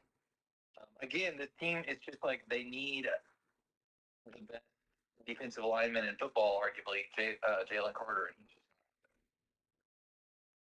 Yeah, I mean that's unfortunate. And it wasn't even like so obviously the first thing that comes up in your mind. Garrett might be number one, but Carter's up there. Well, no, I was thinking Bill Romanowski as far as like spitting goes. Yeah, he's definitely going to get suspended at least another game, I would say, for that. Honestly, I don't. I'm gonna tell you this. I don't think he should. Let me see. Literally this entire game. Yeah, that's already a 1-game suspension. Yeah, so maybe they won't, but I don't know. That was so stupid. I have literally no defense for that. It was idiotic, dumb, one of the dumbest things anybody's ever done. Like truly, right in front of the referee. Like, what are you doing? And it's the quarterback. Come on. No, it was wild. It was I was watching your live stream when it was happening, and all of a sudden I hear Tarico start like freaking out, and I turn back over there, and you're texting me being like, "Did he just get ejected?" I'm like, "I don't know what's going on," and yeah, then I saw the replay of him spitting, and I was like, "Oh." So I don't think Romanowski got suspended. Yeah, but that was like whatever. 1997 with the He got caught Broncos. in 4K. Jalen Carter just got caught in 4K. Oh, there goes Tolbert. He's down at the 36. I'm still on the Eagles Super Bowl ring. Yeah, sorry. So yeah, that Super Bowl ring is The Eagles back on Super Bowl ring that like shoots out wings. that's pretty sick. I'm not gonna lie to you. I don't know how they're going to uh, top that if we win another one. I'm Uh, not going to win another one with this defense. well, I think what you need to do is just have a whole eagle just on there. Play corner. Yeah, I don't know. Did Big Play Clay go somewhere else? big play Slay. I think he's Did with he the retire? Steelers. Okay. He just went across the state. Yeah, I wish we still had him. I think they didn't have enough money or something. But Adoree Jackson is back. yeah, I'm with you. All right, my taquitos are ready. Can you? So I'm gonna hang up real quick. Uh, I'm sure we will talk in the middle of the game, but thank you for hopping on the first Nikkelcast. You're welcome. It may be a thing where I just call you every third quarter. Okay. Deal. Yeah. All right, sounds good. I'll see you later. All right, bye. Okay, be right back. Taquito time. 3rd and 1. Handoff to Williams. He'll get the first down, but barely. Let me go get my taquitos.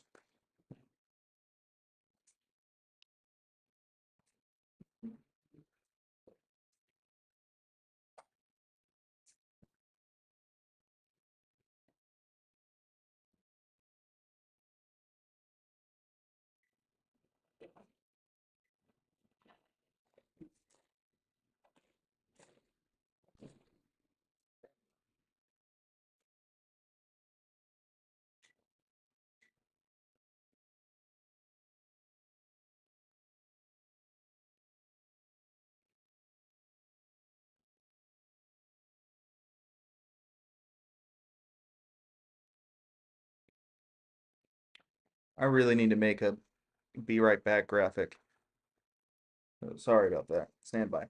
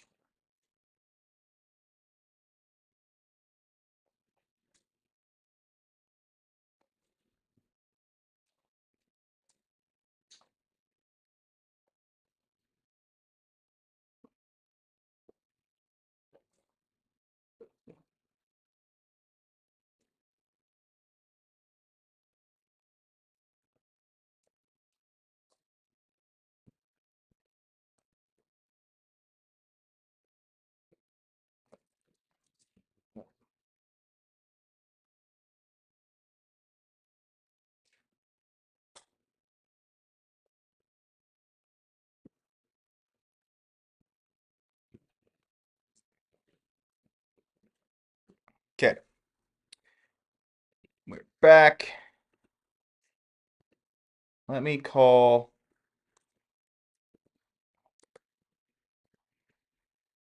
your friend and mine. Let me see if he will respond.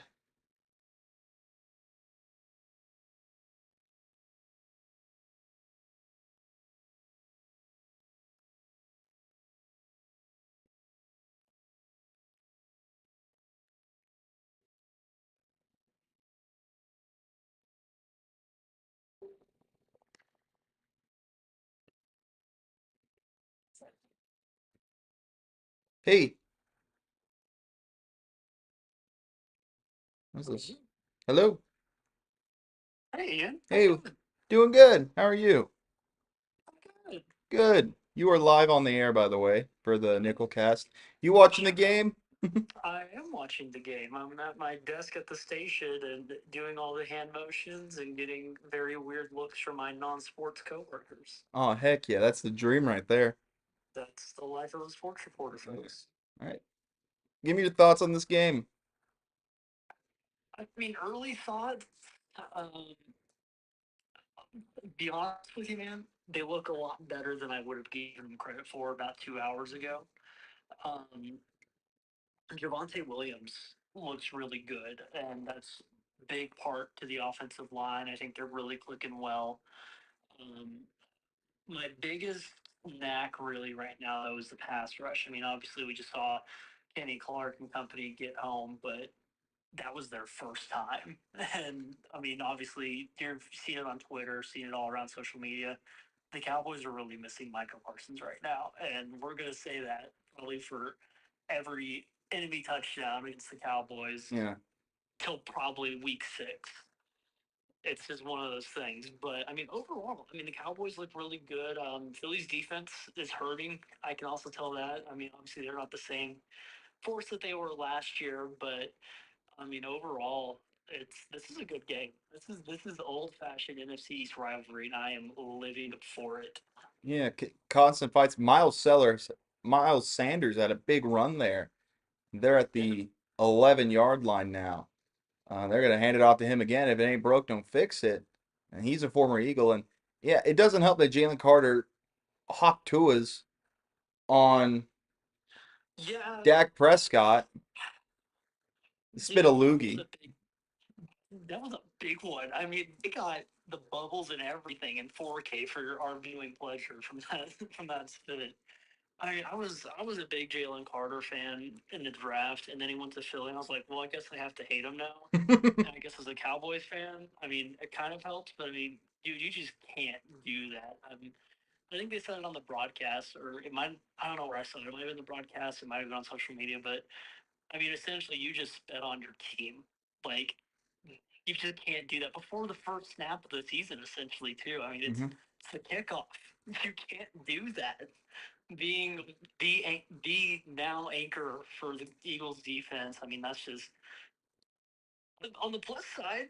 I guess we're both out of our star defensive players from about 2 weeks ago, so makes it a little even. But I mean, now it's really just which offense is better. And I mean, obviously, right now, I think Phillies is. I think they have a better offense. Also, Cowboys defense is starting. They're starting to click a little bit more. This is first half was a little rusty for him, but I really see him starting to click now. I think in a couple weeks, Ian, this is if they make some good additions in terms of pass rush and stuff like that. I think the Cowboys defense could be not as good as they probably were with Micah, but they're going to be okay. And okay will at least get you to the playoffs. Cowboys ain't win the Super Bowl this year, though, so I don't buy into that. You don't believe that they them boys, and this is the year. George Pickens had a pretty bad penalty there for a second there, second and 22 now. Yeah. But No, I do not. My first couple years as a young Cowboys fan with life in my eyes, yeah, I thought whenever Dak and Zeke's rookie season, that was awesome. Definitely thought that was our year, and I have not been a firm believer that we're winning the Super Bowl since about 2018. And this year, I was telling one of my other coworkers who's a Cowboys fan, this is probably the least hype for the season I think I've ever felt. I'm just happy that football's back. But as a Cowboys fan, I have zero hope for the season. If we make the playoffs, I'll consider it a successful season. Very successful season. I think that's fair. It's a tough NFC too. Big third down here. Incredibly tough. You going to OU Michigan? Like I was, but the sideline passes OU apparently ran out of them. Um, so Dang. shout out to the Michigan media. Thank y'all for coming down. Hope you enjoy it. Go take in all the sights and sounds that Oklahoma City has to offer. That's a championship city, by the way, Oklahoma City. Let's go. Um, but yeah, I mean, Honestly, it's going to be a really good game. It's obviously the entire nation, college football world has their eyes on Norman this weekend, and it's going to attract obviously a lot of attention. So I'm happy for it. I mean, obviously I'm bummed I'm not going to be able to go to it, but it's going to be a great game. I'm stoked to watch it, and I mean, still even cover it just from an hour down the road. So I can't complain. I mean, the good news is you don't have to deal with the Norman traffic at all. Well, the hard part about that is going into the game's bad. Coming out of the game, there's nobody on the road. I mean, I can get home from an OU game in about an Oh, hour. yeah, you're Getting right. to the Norman game, that takes about 2 hours. But I didn't think of that just because you were there for a little longer. yeah, I mean, last week the game was over at 8. I probably left the stadium at about 11. So, I mean, I was clear. Oh, fumble. Oh, boy. Great. Eagles ball. Makes sense. Makes sense. As soon as I start talking about who fumbled it, Miles Sanders. uh, And I mean, they just had a big penalty too. yeah, no Javante. Crazy. I had to step away, take your calls. I'm like, oh, I'm so sorry. no, you're good. I'm trusting your play-by-play here. So this Yeah, is this is live reactions right now. yeah. Well, I mean, that's the first big turnover. I mean, just in general, that's a big move right there. And well, they just celebrated with a tush push of their own. That was weird. But Yeah. We'll see how the taunting rules come into effect because I mean, right now, obviously, there's that one uh, earlier in the game, but Mhm. I mean, at what point like do we call like celebration like fumbles and stuff like that taunting as well? Because I mean, obviously, I don't think it should be called. You get the fumble, you recover the fumble, you go celebrate for, what was it, 15, 20 seconds after the fact, and then afterward, all right, get back to your Yeah. sideline. But Yeah. I mean, like, how far's too far with that, you know? But No, anyway, absolutely. Yeah. I'll let you get back to work, man. I'll let you continue this I game. watch football for a living. I know. I'm jealous. So, You'll be there eh, one day. I hope so. Hey, good talking to you, man. Good to see you, brother. All right, Bye. you have a good one. Bye. All right. So as I eat my taquitos, thank you, Mark Lowe and Parker Terrell, for hopping on a phone call, talk about their team. It looked like, for a second there, that the Cowboys were going to score because of the Reed Blankenship. I think they called that pass interference, and then they get the fumble there, big time.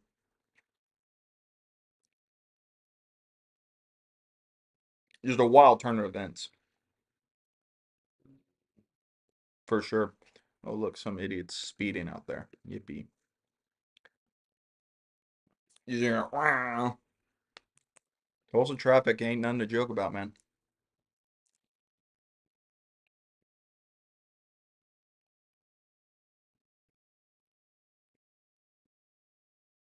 Taquitos are good.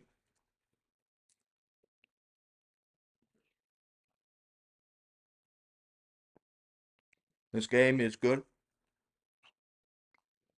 We're having a good time. You'll love to see it. Eagles get the ball back. Oh, wait a minute. What is this? There better not be any rain. What's with this Doppler rate? Is there lightning? What we got going on here? Did they delay it? Did they delay it? Don't tell me they delayed it. Oh, dude.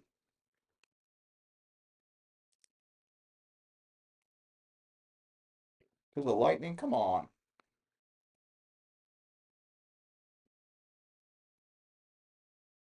So they gotta like go inside or something?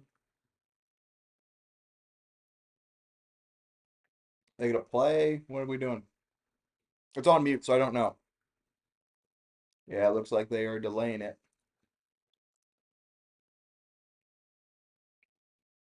So I guess we have a delay. Okay. Frick, I don't know what to do now. What do we do?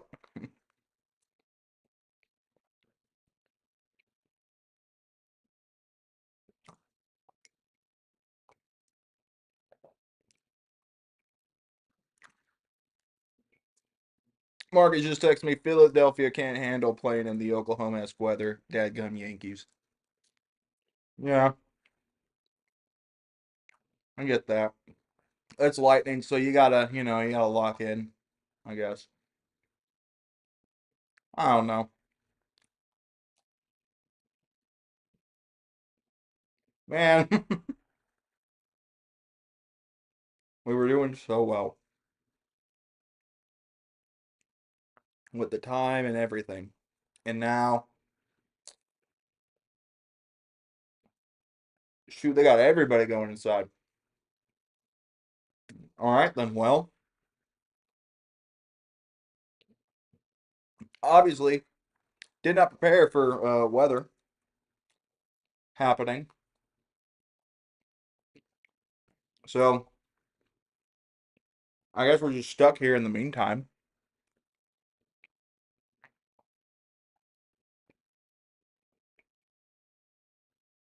The frick, I don't know what the frick we do.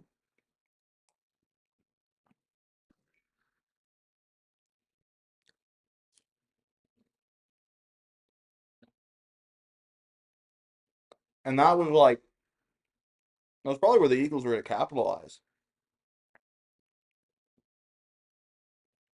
So the fact that that happened is that's not great.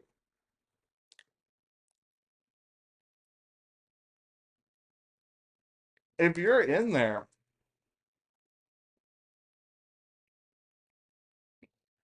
like, what do you do?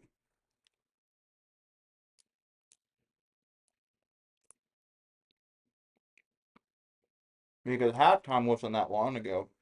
I guess you're going to prepare for the next drive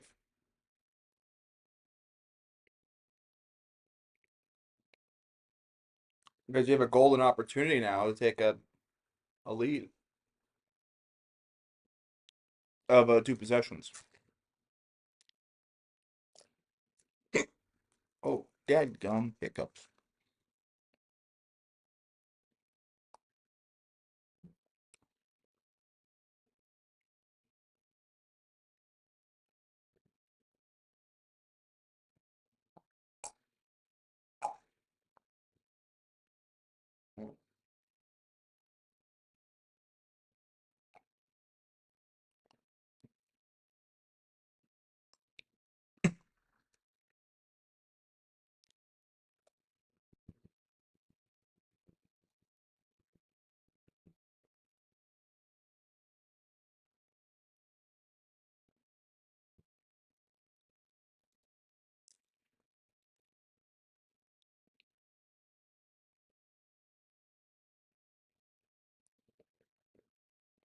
So they get the fumble,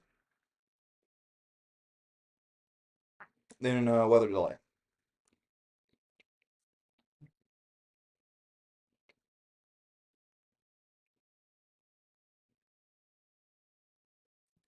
I mean, where do we go now? I guess we'll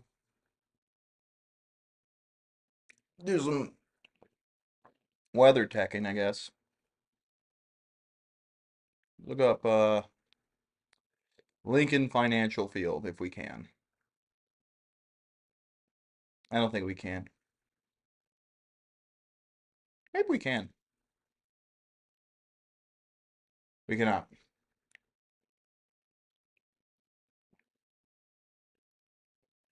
So it looks like it's just like a little storm thing.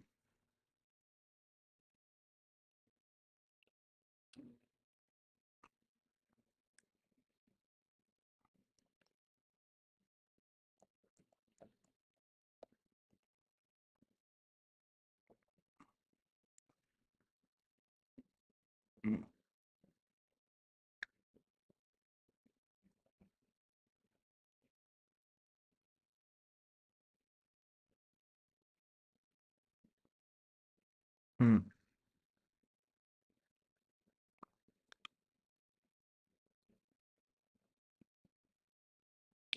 Hmm.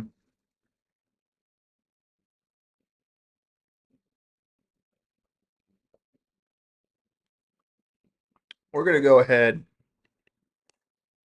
because I did not prepare for a rain delay. Did not prepare for a lightning delay. This early. We're gonna call Parker again.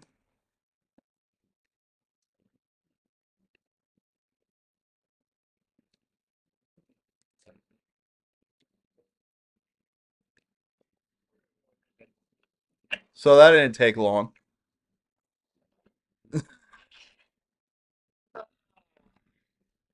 You gotta, this game is everything you ever wanted in a football game. Teams that don't like each other. Weather delay. Field goals. Texans. Birds. Ejections. Oh, ejections. Yeah. Well, they just showed some lightning there up in Philadelphia. Uh, man. It looks like though they're showing the weather now. There, it looks like it'll be over soon. Yeah. But I think if you're Philly, that's gotta be a pain in the butt, you know? Yeah, It's like momentum. yeah, you just got the momentum and it's gone.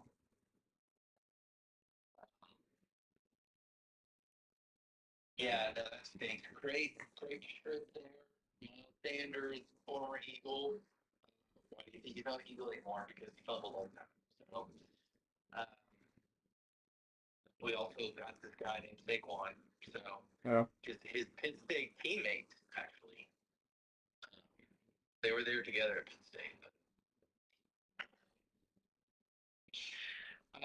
Not much has changed, but I think that the defense with the solid bend don't break there. That was the blanket penalty. There's nothing else he could have done. That's just football nowadays. I understand that, but it's still frustrating. Yeah. No, I get that. I didn't know if they were gonna call targeting or not. It looked bad, but I mean, he was literally just running. Yep. I thought they were going to call targeting. I was surprised they didn't. Yeah, I was waiting. I was like, they might call targeting. Well, in the NFL, I can't remember. So in the NFL, targeting is not an automatic ejection, right? Yeah, I think they review it. It's kind of like flagrant one and flagrant two in the NBA. Yeah, I think it's the same rules as college. Because don't they do that?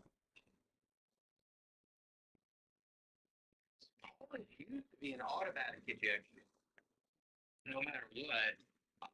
I can't remember if college now changed it to be like the NFL. I don't think they did. I still think if you target somebody in college, it's an automatic ejection. Because people want it to be like the NFL. Mm-hmm.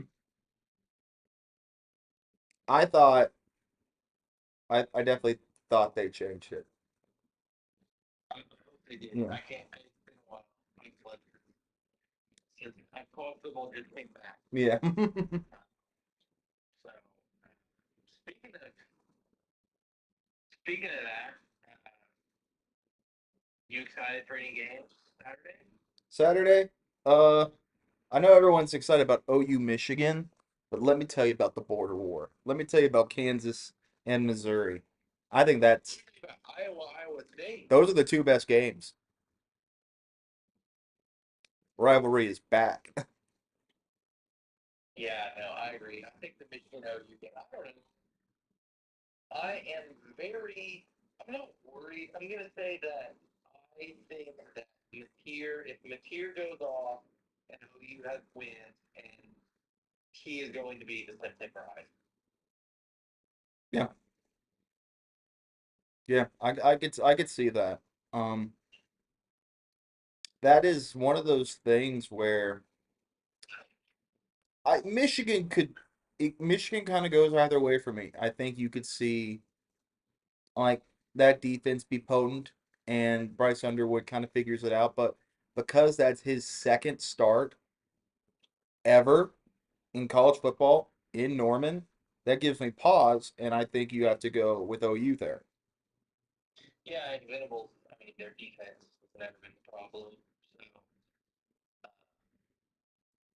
I think he's going to have some stuff drawn up for the young quarterback. For sure. Yeah. I mean, we'll see what happens there. Sharon Moore getting a homecoming, but Oh, he's from OU? yeah, he played at OU. I did not know that. Yeah, Wow. that's why whenever he got suspended, they were like, we're not, don't suspend me for the OU game. Suspend me for the two cupcakes we got at the end. Their schedules. Well, he played at OU and he played at Louisville. Oh, not even a real OU guy. He appeared in 14 games as an offensive guard. Checks out. Wait a second. Wait a second.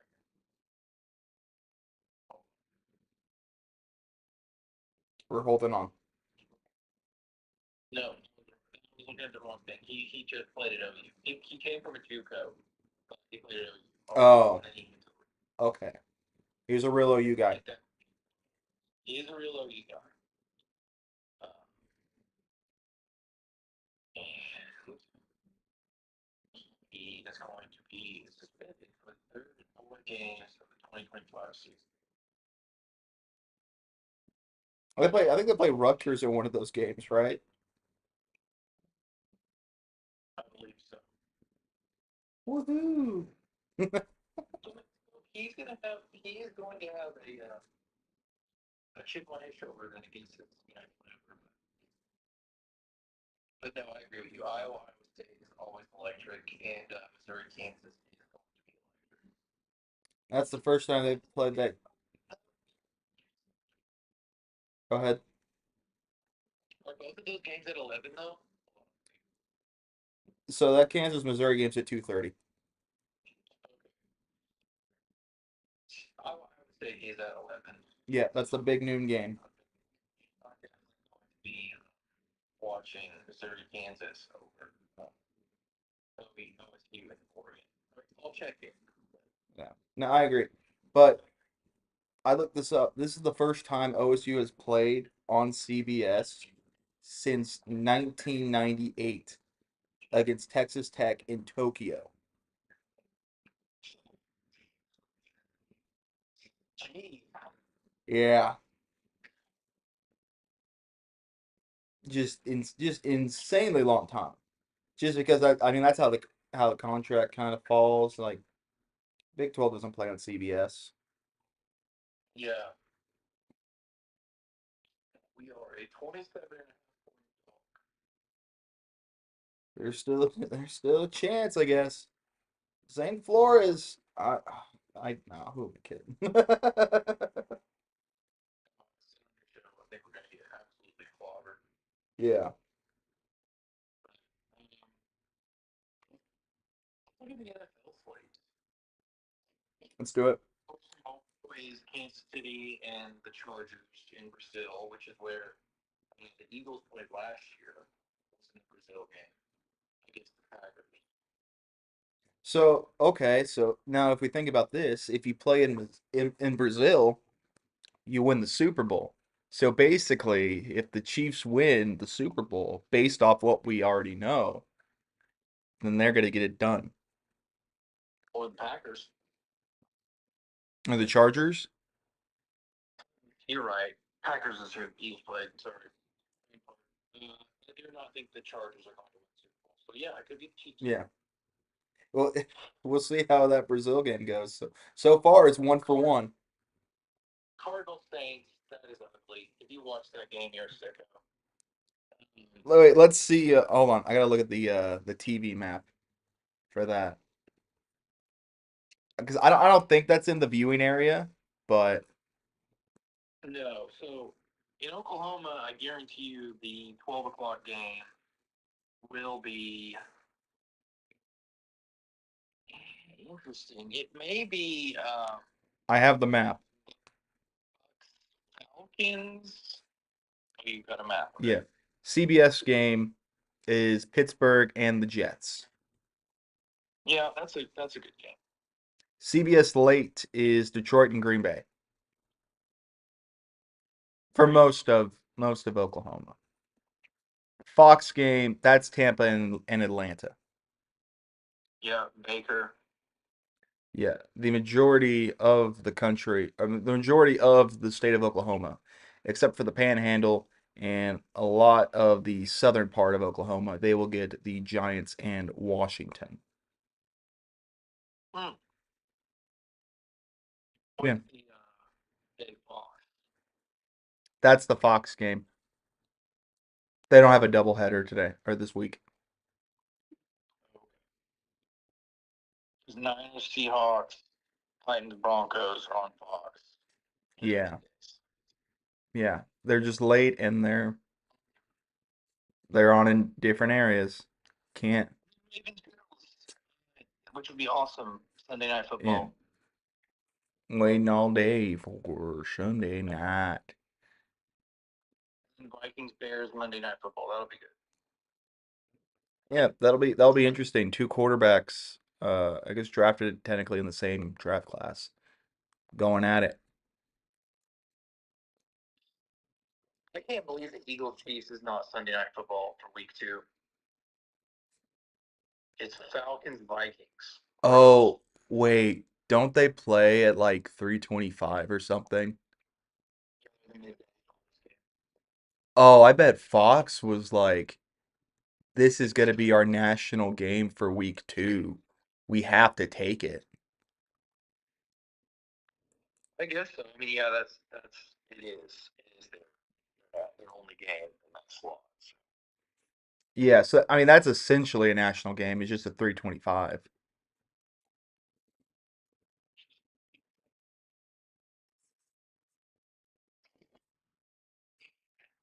But yeah, looking at the week 1 slate, I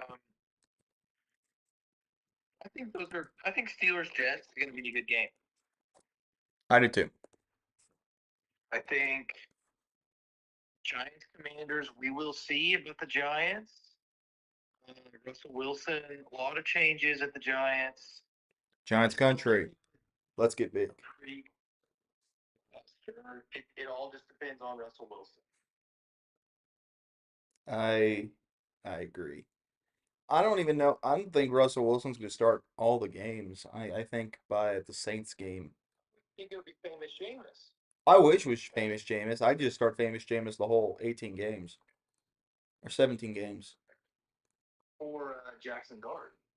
Yeah. I would. I think we talked at one of us talked. I think we talked about this.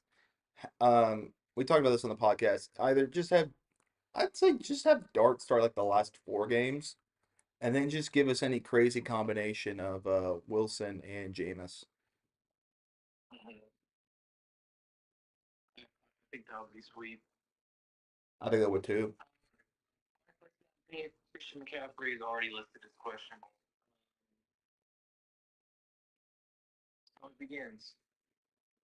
Took a gamble on him, and already with the tough start. With AJ Brown. Well, AJ Brown, that may have been a bad pick. And I think it'll be fine. I think it'll be fine. It just kind of depends on the scheme. Do what? probably the worst team in the NFL, Titans. Yeah, I think it'd be a good game. I think is it at Tennessee? No, it's in Denver. Is it in Denver? Yes. Oh, okay. Well then, 8.5 point favorite. hmm. Well, just like this game. I mean that's a heck of a way to start off the season there with Cam Ward having to go to Mile High, and that's tough. That should be a game that the Broncos win. I mean, I would hope so. You know? Like that's a game you have to win because there's a lot of games in that schedule that do not let up. So you have to win that game. I think they do. So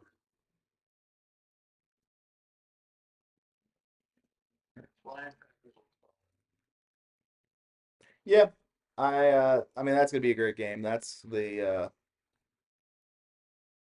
oh what was it? TBS. Yeah, is that their national game? Yeah. No, they also have Texans Rams. Right. That's Rams are Super Bowl pick. Rams are my Super Bowl pick, and they have a great game against the Texans. This AI commercial that's playing. Oh, look, it's the Rizzler. Is weird.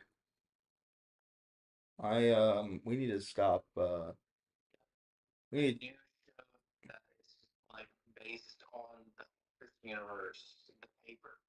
Yeah, that looks solid. I'm a little interested in watching that and just seeing how good it is. I am too. I think I'll check it out. Might do The that Riddler, after how this game. crazy that the Riddler became like national, and I feel like the We Bring the Boom guys have faded into obscurity. Yeah. They just came up with a song called like Big Meatballs or something. So that's kind of wild. AJ's doing like wrestling stuff. I did see that, which is funny. Cause well, I think he used to be like an independent wrestler in like the 2000s. So I find that pretty interesting. That's your neck of the woods. Yeah, it is my neck of the woods. No, this week one of the NFL is going to be great. Remember when I said on your podcast about the quality of games in the NFL has increased dramatically? I feel like this game we're watching is indicative of that. You think so? I mean, yeah, we're at 24-20 in the third quarter, so this game's probably going to end, 30 something to something. I think that's an improvement over what I just remember always. Like my dad didn't watch NFL football when I was young. He said it was boring, and he loves NFL football because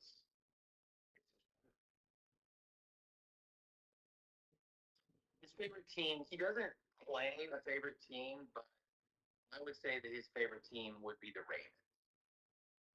Really? Yeah, he loves Derrick Henry. Wow. I don't blame him. He loved Derrick Henry's a dog. he loved him at Alabama Mm. too.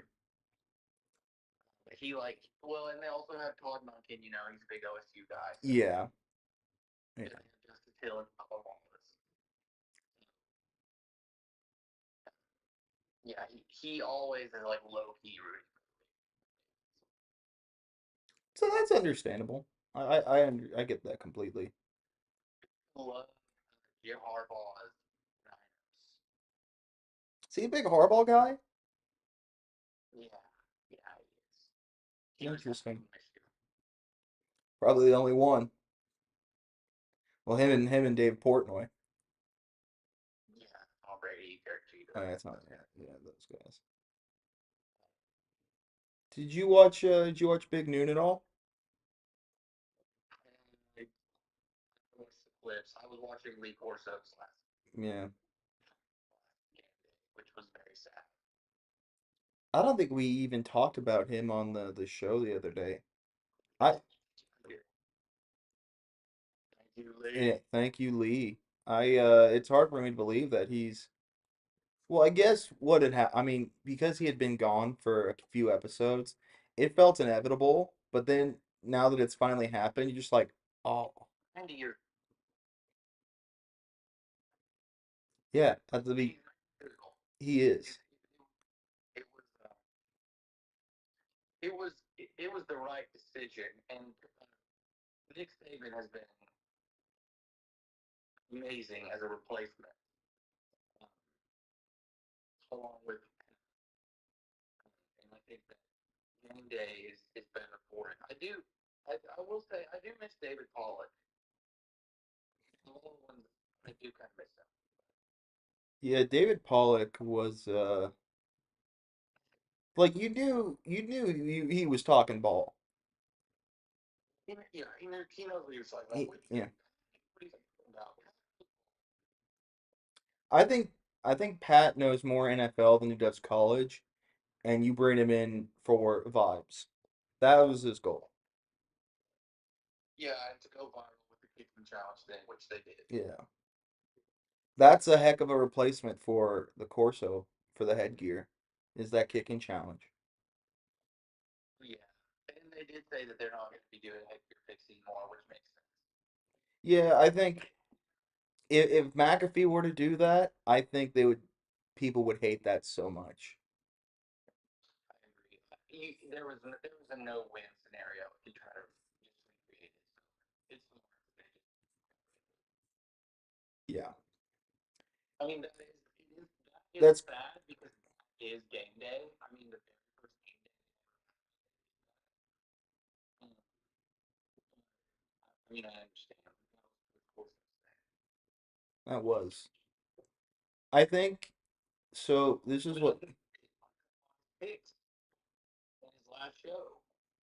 that that's great. That's sensational. It looks like they're gonna get a weather update here at 10 Central Time.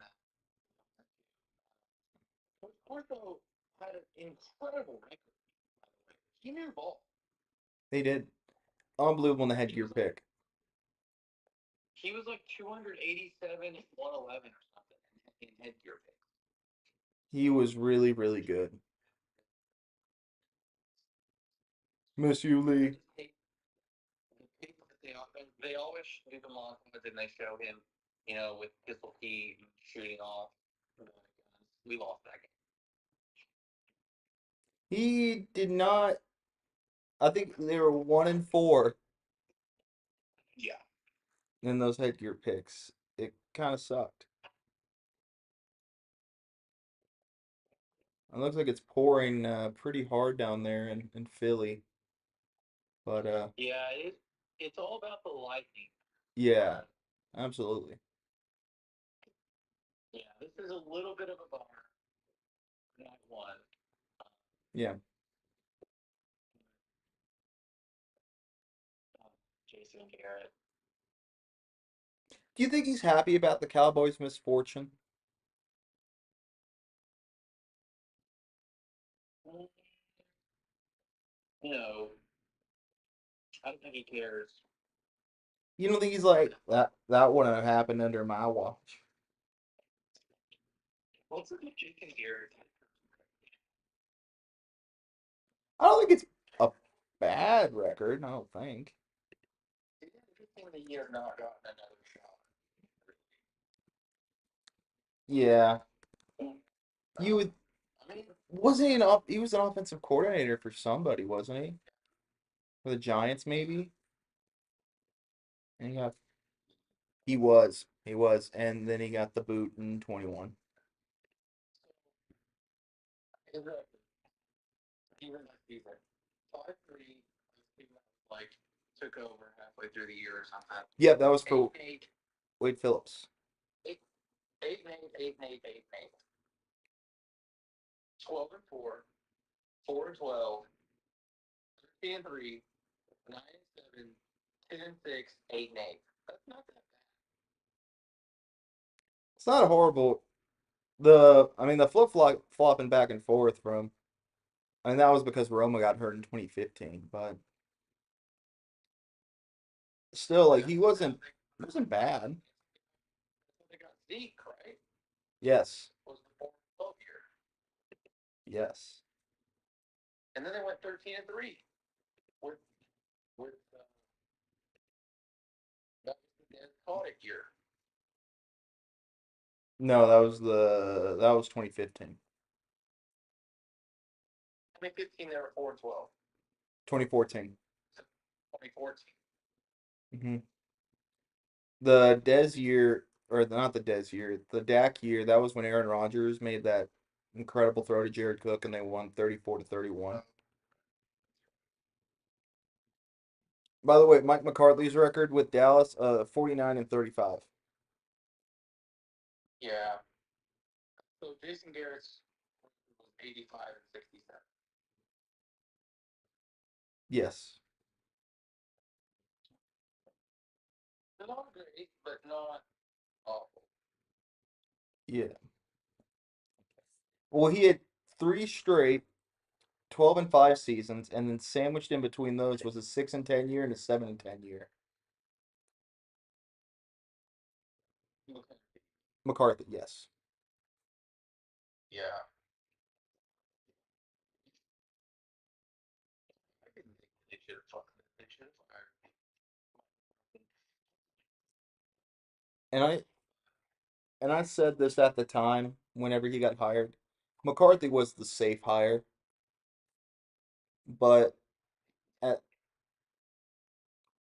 they gave him 5 years, and I don't even know. I think there's probably still in the same spot if McCarthy is still there. So I don't know. I'm curious to see about Brian Schottenheimer, son of is he better? Is he better? I don't know. I think he may be the same. This is his first head coaching job. So, McCarthy, how old do you think he is? Mike McCarthy or Schottenheimer? Yeah. I just had this Wikipedia up. He's 61. He's 61. Schottenheimer's 51. Went to high school in Blue Valley, Kansas. Shoot, Pete, Pete Carroll's back coaching. He's like 70. 74. Oldest head coach ever in the NFL.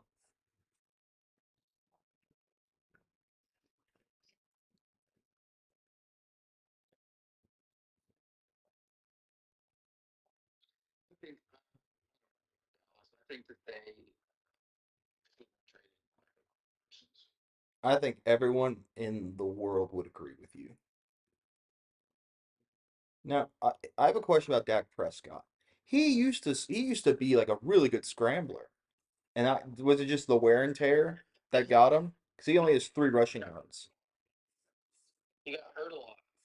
Yeah, that's what I And mean. I think he has made the business decision.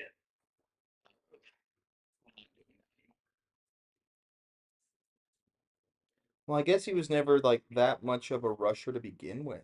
Because I'm looking at his totals. I felt like he ran a lot at Mississippi State. He did. Let me take a look. I remember they used to call it like they compared him Oh a yeah, lot to Cam Newton, who famously yeah, a lot of late. yeah. Number one team in the first college football playoff. People, will yeah, hang the banner. I remember that year. I really do. Yeah. They were good, and then they got mollywopped by Alabama. I mean, it was Alabama, then it was Ole Miss, and then they lost to Georgia Tech. They probably still could have made the playoff if they beat Ole Miss. Yeah, true. Was that the? I don't remember that Ole Miss game, but I remember that the game where Dak Prescott came in as a substitute and Mississippi State upset Ole Miss. That was probably the year before. Let me see. Uh, well, I mean that could have been. It may have been 2012. No, they lost Ole Miss then. They lost Ole Miss then. So on. 2013. Okay, they beat Ole Miss then. Overtime? Yes, in overtime. They also, you know who their first game was? Oklahoma State. Yes. Texas kickoff. We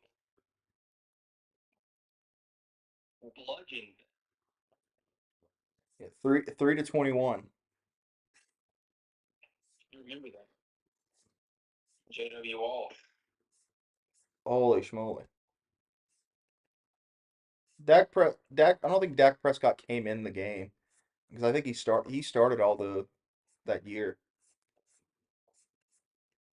He was hurt. Uh, He was hurt for the big ball, and he played through injury and came in. He came in to do goal line. oh yeah, injured shoulder and all. Okay. Shoot. All right. I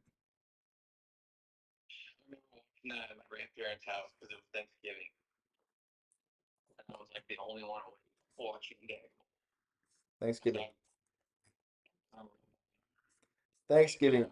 Thanksgiving college football is the best. It's up there with obviously it's up there with the Friday night football. Or Black Friday football, sorry. yeah. Do you remember it? It was always Texas and TCU would play on either Thanksgiving or Black Friday every year. Was that or it was Texas and Texas Tech? Okay, we have an update on the weather. Play is going to resume at 10:30. Yeah. So it's 10:05 right now. In 10 minutes, they will start warm-ups, and then they will resume play at oh darn it, I dropped my phone. At 10:30. So It should be the last. There shouldn't be any more delays. yeah, that's a hope. And you only have a quarter left anyway, in like 4 minutes, so I don't think that's the worst thing in the world. I wish we could have got Levi on this. He is busy tonight. Yeah. Well, he also has to get up at what, 4 a.m. Yeah, for the early. for the morning show. Mr. Levi. Thank you, Levi. All right. What about baseball? What's baseball? The Rangers get my hopes up and then I get disappointed. After I canceled the season, the Yankees have rebounded spectacularly. Yeah. Oh, they're up 8-4 right now. Yeah, we're gonna sweep the Astros. Oh well, bottom of the ninth, base is loaded, 2 outs. So hold on a second.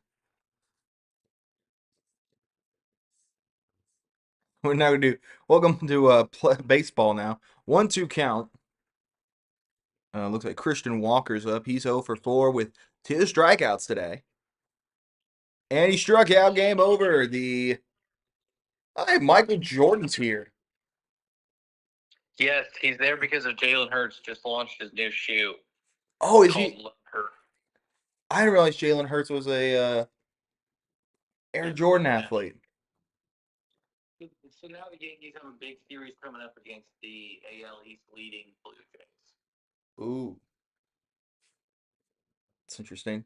The Rangers have a series with the Astros coming up. And even though that Evaldi's out and several other people. Hmm? Rangers are 72 and 69. So not going to make 12. They're at 1.5 games back. Oh, yes, the Mariners. Yeah. The Mariners stink. Or the Mariners stink come playoff time. Come September. Like this is where they choke.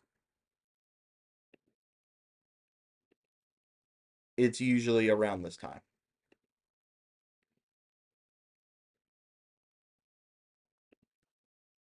True. And Yankees, Red Sox, wild card would be electric. Oh, no doubt. No doubt about that.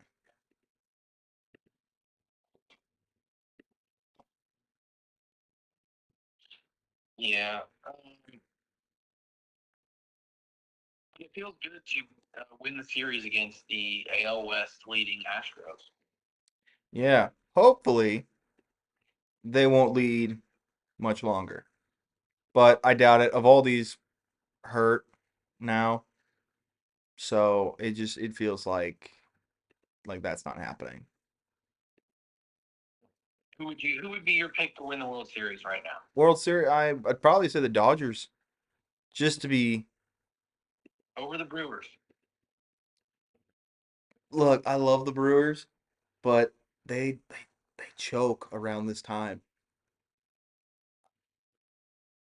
They choke around this time, so I can't believe in them yet. Cubbies are playing well. They are. The Met. Team in their own division. Padres are quite good. Oh yeah, the Padres are great. They're holding on to that wild card spot. The Mets lead by 4 games. So the season has not been canceled yet. Frank currently is not right. I think he will eventually be right. Oh, they did. They did, they did have a bad stretch. The Phillies are also really good. Yes, Phillies are a wagon. Kyle Schwarber, dog. Cubs gave him away for a bag of chips, yes. Yeah. He's a free agent. He's a free agent next year. I'd love it if Texas signed him, but we have a lot of big dudes already. I think he's 32. He's going to get a big contract. And I don't know. I think it would be cool if he went back to the Cubs. He's from Cincinnati, so I could see him signing with Cincinnati if their owner pays up, right? Yeah. Finish out his career. Down. Yeah.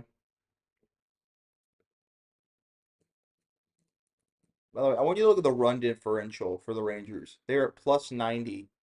The Astros and Mariners are plus 11, and the Rangers are 5 games back of the Astros. Wild. Pitching? Run differential, like I don't know. It just happens. That's an insane number. Well, Plus 90. have you seen the Yankees run differential? Plus 143. And the Blue Jays are at plus 62. Milwaukee plus 162. Shoot. Oh my gosh, I just looked at the Rockies. Minus 364. Goodness gracious. These are So bad. Good grief. I don't think 360. I don't think they're as bad as what's it's the White Sox of last year. I think they have more wins.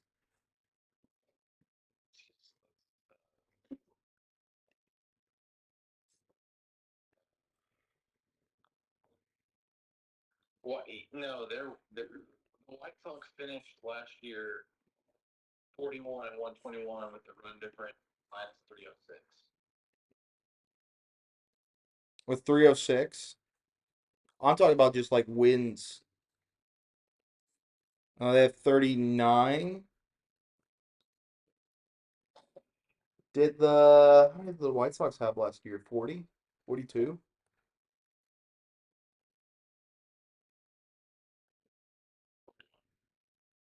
Oh, so I guess if they have a really bad September, it could happen.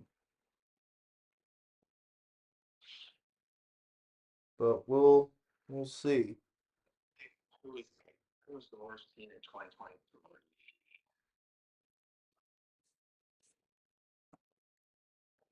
Also the Yankees. God, the Rockies should be so much better than they are. And it sucks. Because could you imagine like October baseball in Colorado? Like, you know how freaking electric that would be? That'd be amazing. Has that ever happened? It has happened once.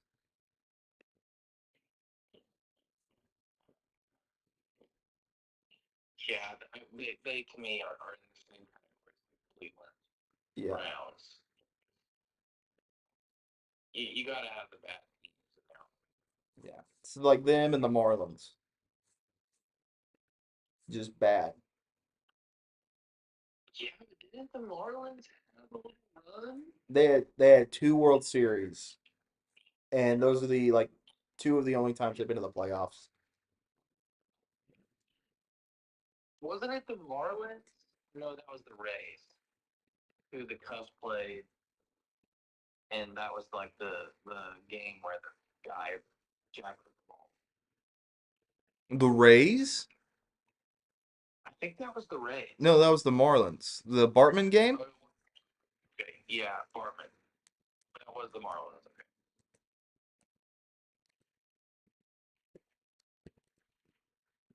So I guess we are going to start at 11:30 here or 10:30. The Rockies have an all-time record of 2,321, 2,699. This .462 winning percentage is the worst among active MLB franchises. Jeez Louise. Yikes. Just disaster, really. The Denver Nuggets won the 2023 NBA Finals, the Rockies being the only one of Denver's franchises in the major North American professional sports leagues to not win a championship. Yikes. That's not good. Well, the Rockies made the World Series the one year. 2007.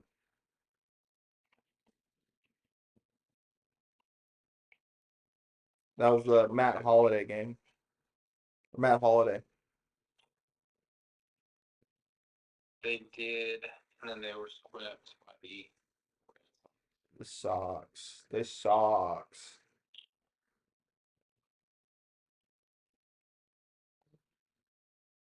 I would say that I don't know. I hate them even worse than Dallas.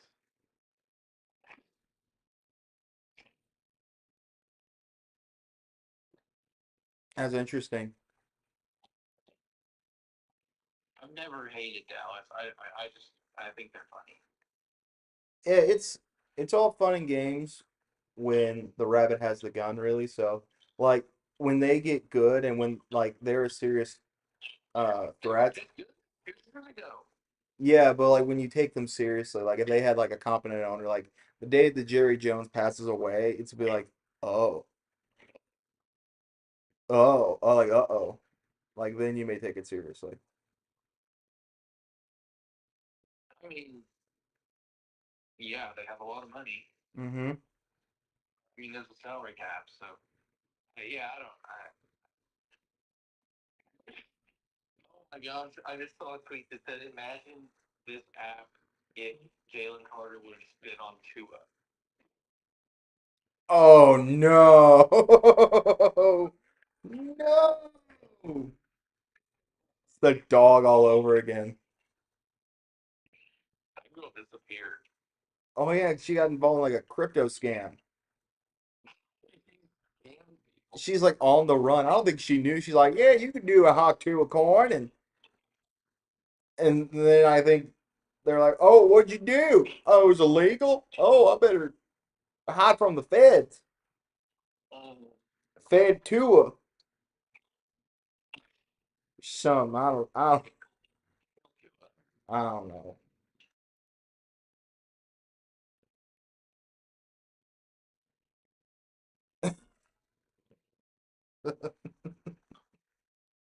this is so mean. Why did I draft AJ Brown when the fullback didn't look his way? That's mean. Oh.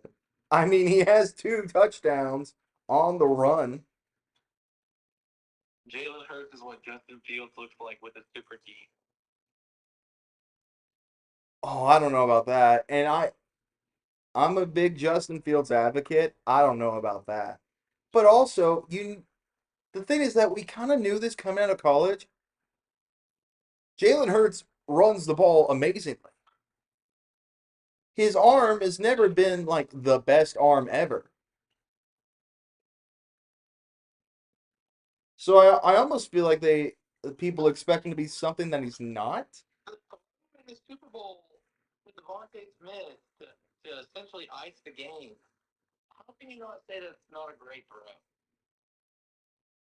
But it's a good throw. I'm saying it's a good throw. It's a great throw. He's not Josh Allen or Mahomes by any means Yeah. in terms of arm strength or arm talent. He can uncork a solid deep ball.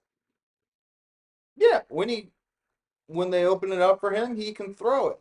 Now, I don't think they should do that like consistently. But If for some reason they asked Jalen Hurts to throw the ball 45 times a game, I do not think that he would be near as successful. But that's like that would just be awful coaching. yeah. Yeah, I mean, what was I gonna say? I mean, when the right system's in place for a guy, like it can do wonders. And the wrong system can ruin a guy for years to come.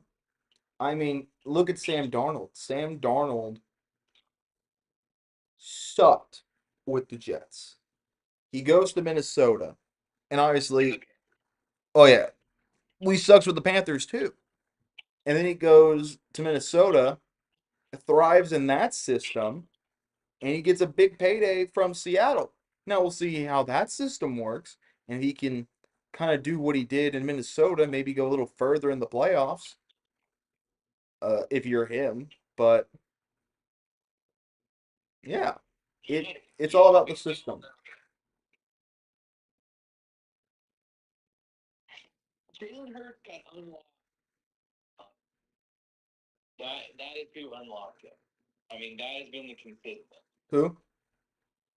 That is Sirianni. Oh, yeah. They're running Sirianni's system. I mean, yes, Kellen Moore came in and tweaked some things, but Kellen Moore also got gifted a guy named Saquon. Now he is playing. Now he's going to go to the Saints. Kellen Moore. With Spencer Rattler as his quarterback. Yeah. Yeah. Also, by the way, Kellen Moore was a dog at Boise State. Oh, yeah. Undefeated.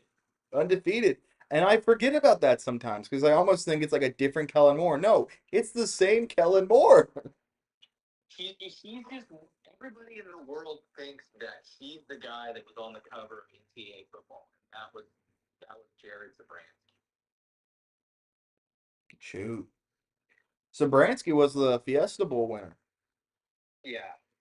And Moore came in after him, and Boise State was actually better. Mm-hmm. People get those mixed up. Shout out Chris Peterson.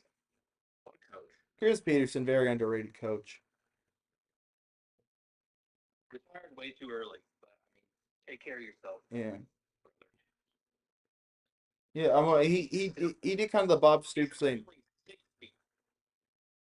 That's true. He's only 60. And he's been out for a while, hasn't he? He's been about 5 years. His last year coaching was 2019, so he was at 55. Wow. Yeah, I mean, Bob Stoops kind of did the same thing. I wish Chris Peterson was able to win a national title. Bob Stoops, though, he has heart stuff. So, and his dad literally died coaching, from heart attack while coaching and died. And he had the same exact heart condition as his dad. So he's coaching the Arlington Renegades just fine. I guess it's less stress on you. I think Chris Peterson saw the writing on the wall with NIL and stuff, and said, I don't want to do that. Oh, that's interesting. He knew about COVID, so he was like, I'll just go work for Fox. I don't blame him. Chris Peterson had incredible foresight into everything that was happening.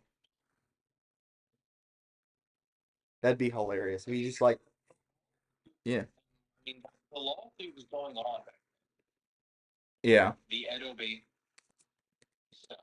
So, you know who was only 65? Who? Shoot. Well, I don't think he could ever take like another coaching job, you know? Last year he was at Baylor as a consultant. That's so weird. I don't like that. That's your rival. I remember him in Texas here being like, what the heck? I wish OSU would bring him in Oh, as a consultant. that'd be so weird. But wouldn't you want to go younger? Yeah. I mean, we tried younger, though. Nardo was back. Well, they pulled Nardo out of D2. Listen to TCU's run when they were just in the Mountain West. Ready for this? Yeah. 11-1, 11-2, 8-5, 11-2, 12-1, 13-0, 11-2. That was the Andy Dalton years, huh? Then they went to the Big 12 and 7-6, 4-8, 12-1, 11-2, 6-7, 11-3, 7-6, 5-7, 6-4, 3.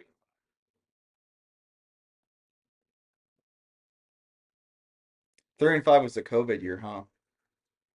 Oh no. He was 6-4, 3-5 was the year he got fired before the end of the season. Right, he did get fired.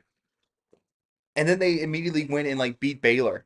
Up to them game plan for the next week, despite getting fired or whatever, forced to retire, and they ended up upsetting Baylor. Baylor TCU is one of the more underrated rivalries in the sport. Those games are as close as ever. Like you want to talk about like a rivalry with a bunch of close games? Baylor TCU. Yeah. That's one of my favorite rivalries in the Big 12, to be completely honest with you.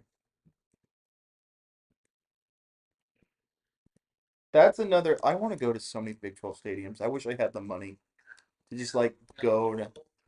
At the time, number 12 Baylor, they upset 30-28. Well, I mean that was Big 12 champion Baylor. Yeah. Sorry to bring that up, Well, yeah. but yeah. Yeah. Yeah. Yeah. So since the rivalry, Your favorite guy, Spencer Sanders. yeah, where's he at? Canada?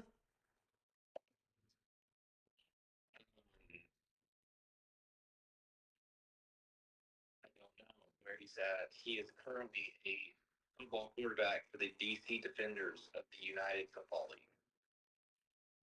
Oh, he's probably a backup, I would assume.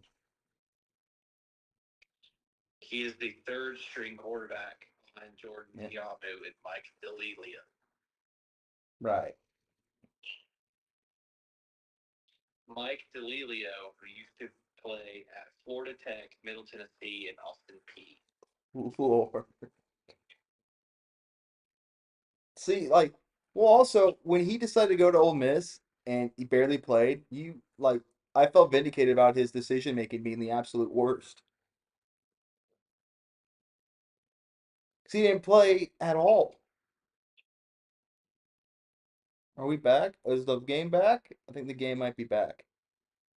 He was a backup for Jackson Dart, improving 40 snaps across 9 games and passing for 3 touchdowns. Probably in garbage time. So it's tragic. I feel like I have never been more vindicated about a take than with Spencer Sanders. Just him not being good. Oh, Always had 2020. Dak spit at Carter first, like toward the ground, and then Carter threw up the Hawk Tua. It's, Let him back in the game. Get him out here. it looked like Prescott spit at like the ground, and he was like smiling like funny haha. And I guess they did not take it that way.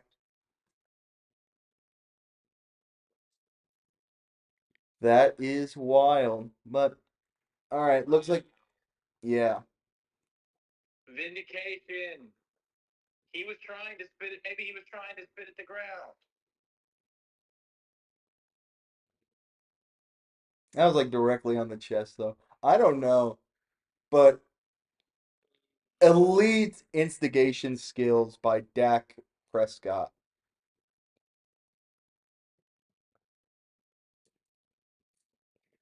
Whack Prescott.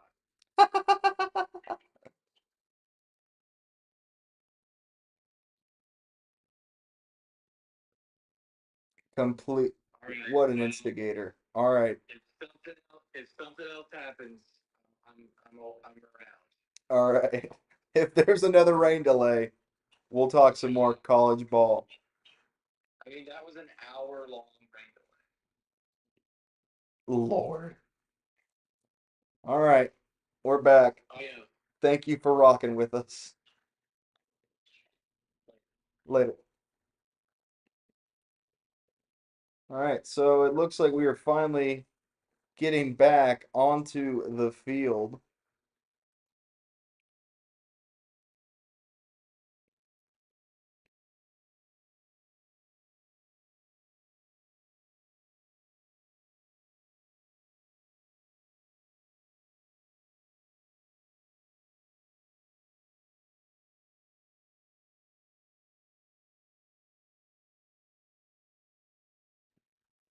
All right. So Saquon loses a yard there.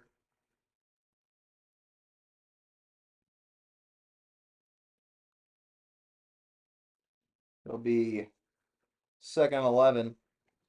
4:15 to go in this contest. Mark Lowe has added, why do I put myself through this every year? That was probably about an hour ago. I do not blame you. I don't know. That's football. All right, second 11. Hurts. Under pressure. Almost gets sacked by Diggs. Throws a wobbler just up and away. It'll be third and 11. All the momentum that they had off that turnover is gone. So now they will go on this third down play and possibly give it back to the Cowboys. People have 8.5 riding on this game. I think the spread was 8.5. That was a good push off by Hurts to like get Diggs out of there. So that's unbelievable play. 5 and 6 on third down conversions. Under 4 minutes to go in the third quarter. At the 15-yard line, Hurts drops back under pressure, escapes it. Is he gonna try to run for all 11? That's a dangerous play, and he's not gonna get there. He's gonna be stopped about a couple yards short, and I think this is gonna be our first punt of the game. Our first punt of the game, folks. The first punt of the NFL season, and it'll be done by the punter of the Philadelphia Eagles, number 10, Braden Mann. Fifth-year guy out of Texas A&M. He survived the Colt, and now he's in Philadelphia. 4th and 3. Punt. Up in the air. We have a punt. Turpin will fair catch it at the 26-yard line.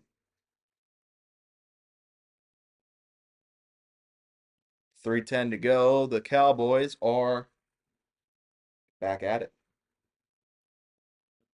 Dak Prescott has cooled off,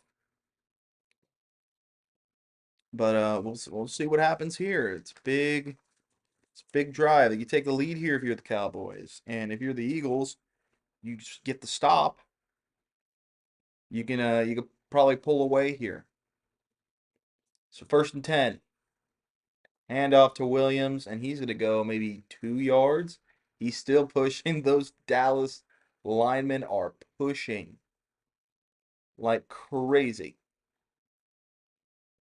He may have gained about 2 there, but with the pushes, he gained 5. So just unreal stuff right there. Good play from the lineman there. We love the lineman here on the Nikkelcast. 2nd and 6. So you got 4 there.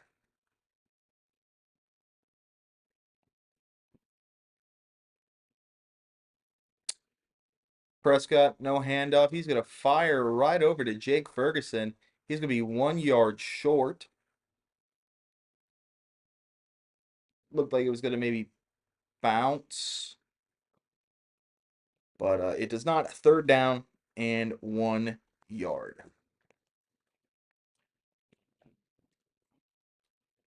2:05 to go.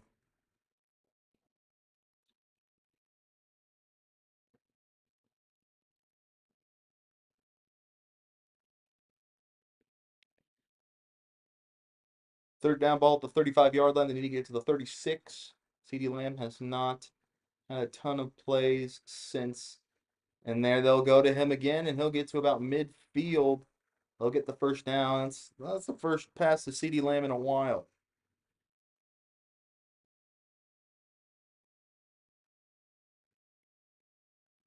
So they'll get the first down there. Looks like the Cowboys might find their groove again.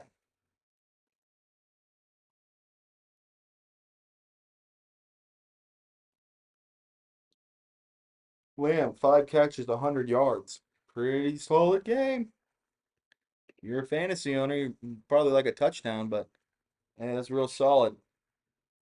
Another run up the middle, gains about 2 there. Javonte Williams does. And we're about to get to the 4th quarter already. I say already, the game should probably be over because of the rain delay. You know.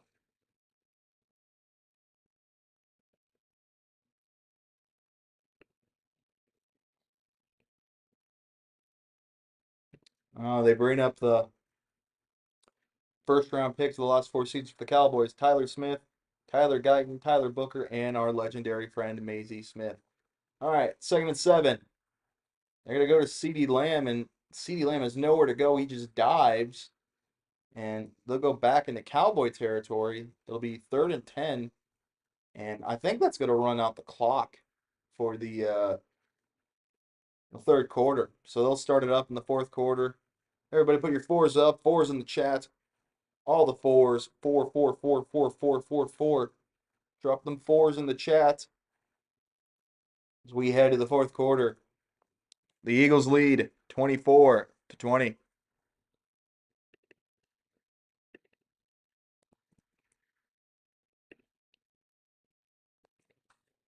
I'll move the mic a little bit because I think you could still hear me at this point.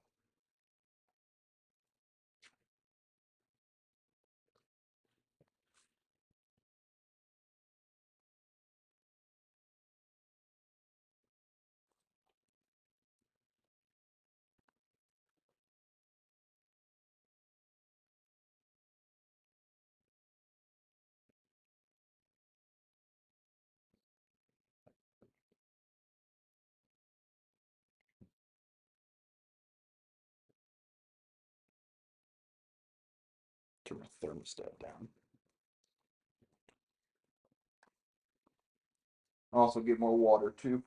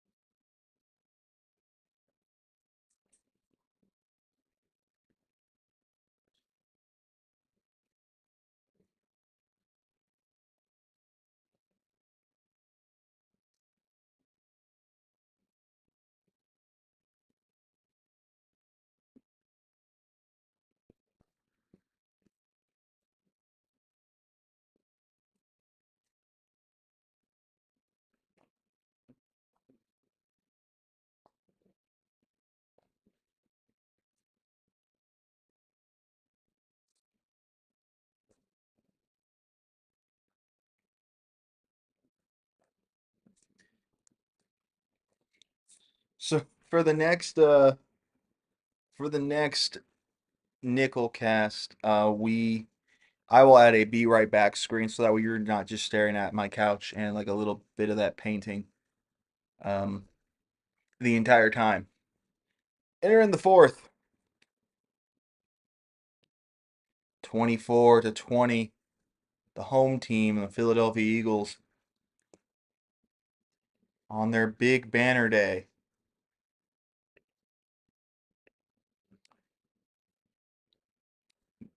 Want to remind you as we approach this 3rd and 10 at the Cowboy 49-yard line.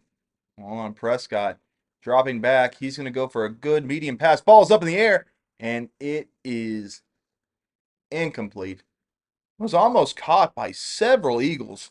They were in the vicinity, but none of them could come up with it. But that ball was intended for CeeDee Lamb, goes up in the air. Nobody could catch it. So 4th and 10.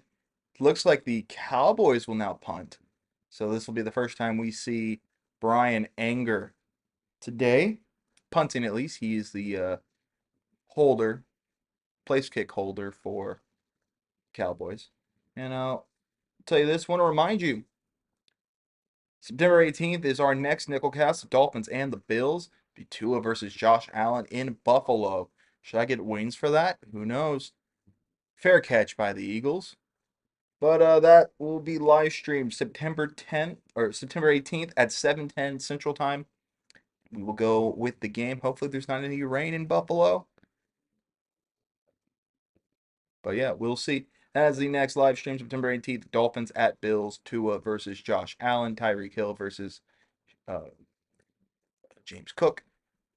Mike McDaniel versus Sean McDermott. Going to be an incredibly fun game. I hope. This little party down in Buffalo. And September 18th, 7:10 p.m. right here on the Ian Nickel YouTube channel. Fourth quarter, Eagles with the ball. They have a chance to make it a 2-possession lead for themselves. Still no catches for A.J. Brown. I don't even know if they've thrown to him this entire game. You probably should. 0 targets. That's not great. In my opinion, throw to A.J. Brown. I know they can, run it like crazy, but I don't know. I think you should feed A.J. Brown a little bit. 14:46 to go in the fourth quarter. Ball is at the 13-yard line. It's looking. He'll go to Saquon again. Saquon is going to go to the 21-yard line. And just for reference, Saquon has 3 catches today, and A.J. Brown has none. He doesn't even have a target. Devontae Smith is 2 for 9 tonight. 2 catches, 9 yards. I mean, if you're an A.J. Brown owner, you got to be frustrated to all heck, because this is a stinker for A.J. Brown fantasy owners. 2nd and 2. And they'll hand it off to Saquon again. He's going to get stuffed. It'll be 3rd down and probably 2 again.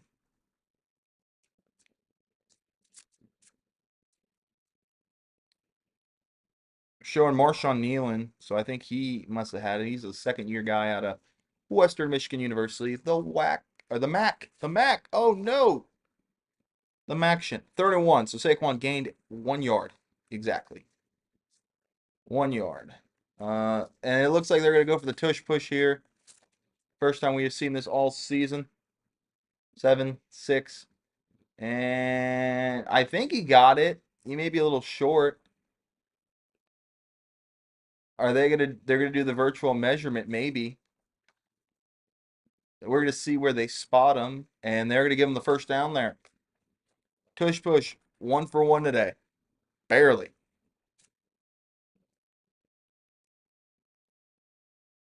Look at this football play. And you just got to go. You got to follow. Yeah, he gets there. 1st and 10 at the 23-yard line for the Eagles. And there's a flag on the play. Looks like it's probably a false start. Or an illegal man in motion. Look like Devontae Smith may have moved early. Oh, it is 12 men on the field for Dallas. It'll be 1st and 5 now. Holy smokes.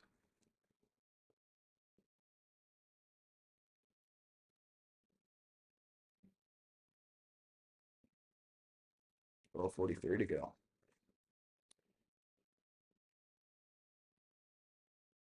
First and 5 for the Eagles. I'm going to continue to keep this game at arm's length. Handoff, Saquon on the 1st and 5. He will get 5. Barely. Saquon with 65 yards on the day. You wonder if you'll see any drop off in Saquon this season. Just because he carried the ball so many times. He carried the ball 345 times. That's a lot. And in fact, against Dallas, he had 31 carries in one game for 167 yards. 2nd and 1. They'll hand it off to Saquon again, and he's not going to get there.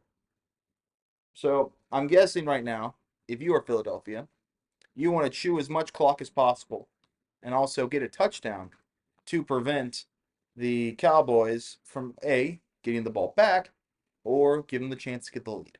It's the last thing you want to do. So 3rd down. If you don't get this, you probably punt. Will they go with the tush push again? They're going to go with the tush push again. It was successful earlier. Can it be successful again? Oh, and he gets it. He gets it through it. The first heave, it looked like it wasn't going to go, and then they got the bulldozer. They got the bulldozer in there. They got it done. It'll be 1st down Eagles once again.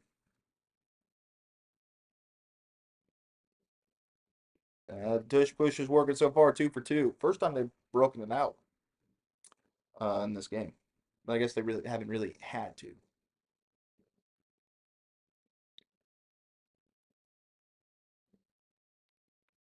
We're sleepy. 10.5 to go in this ball game.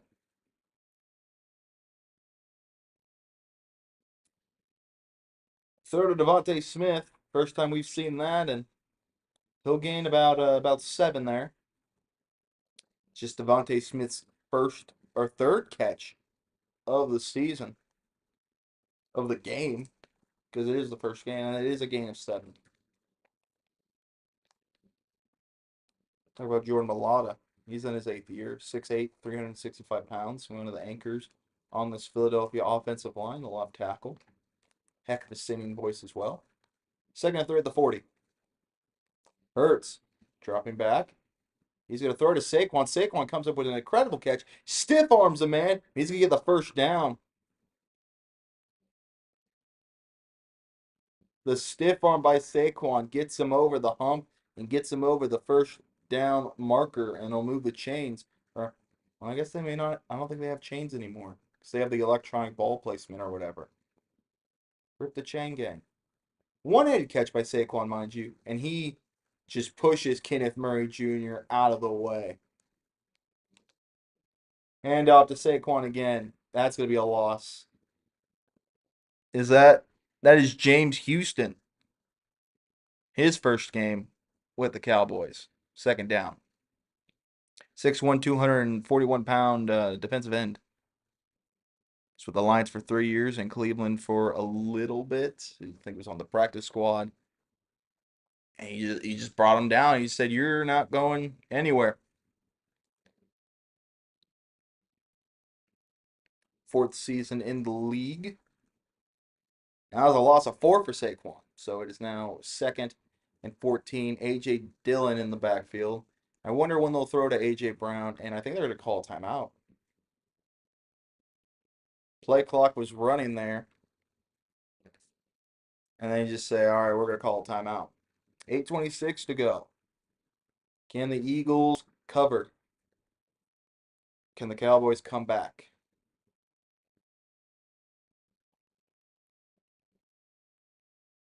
We'll see.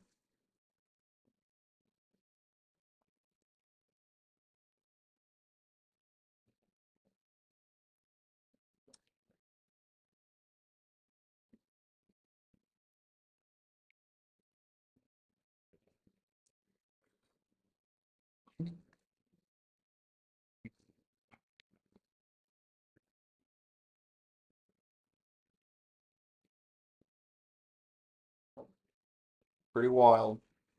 First part of the game. Jalen Carter spit. Uh, it's kind of set the tone for this game. Then you have the rain delay. Kind of just several things happening at once. Everything is happening.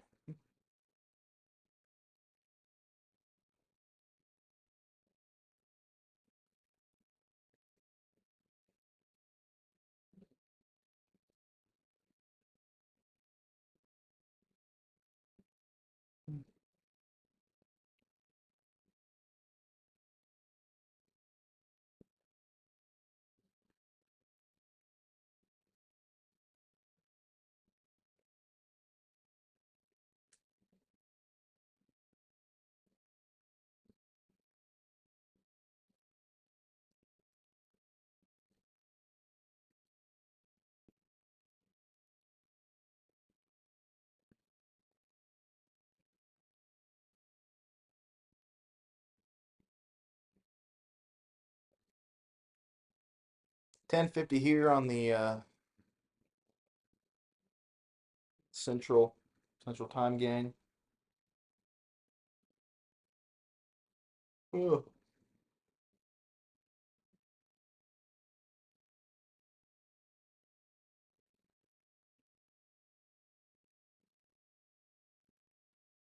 Oh, Shea Gilgeous-Alexander is going to be on the Tonight Show tonight.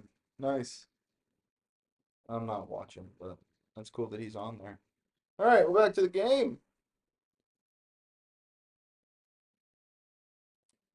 8:26 to go.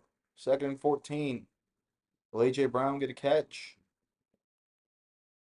His fancy owners hope so. Second and 14. Said that many times. They're at the 41-yard line. Hurts dropping back. I mean, he has to pass here. Scrambling. Is he going to throw it away? He is. Third and 14 now.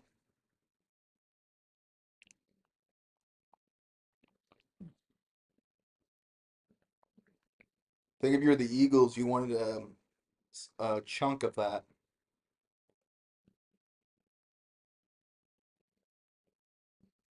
And they're showing Landon Dickerson is hurt.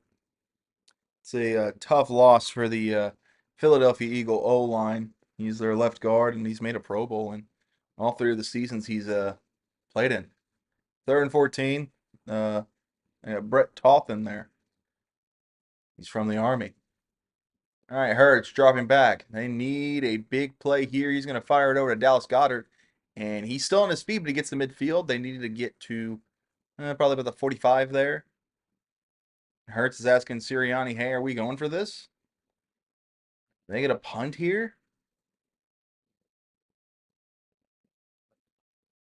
If it's 4-down territory, then that's like a whole different thing. And it looks like they are going to go for it. 4th and 5. They need to get to the 45-yard line. Or a little past that, according to the yellow marker. Maybe try to get him to jump off sides and then take a delay game. 2, 1. They're taking a delay game to punt it. All right. So it'll be 4th and 10. And the Eagles will punt here. Give it back to the Cowboys. I don't like that.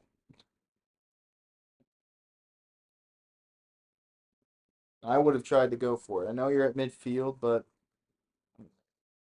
the worst case is, I guess, is they chew up the game clock. You have 2 timeouts, so, and there's 7 minutes left, so I don't know. I guess that's the move.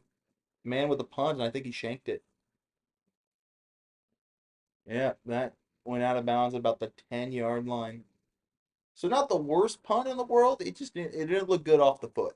It didn't look good off the foot from Mr. Man right there. And I'm not making that up. His name is Braden Mann. Cowboys get the ball back here in a sec. Too many commercials. Gosh darn it.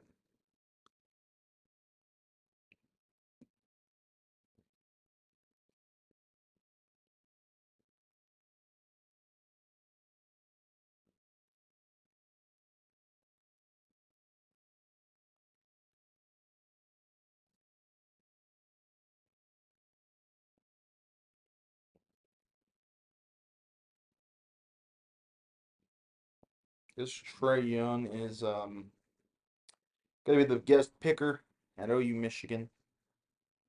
That's it's all right. I think he did it like 5 years ago, I think. So I mean, I guess it's fine. That was COVID year. So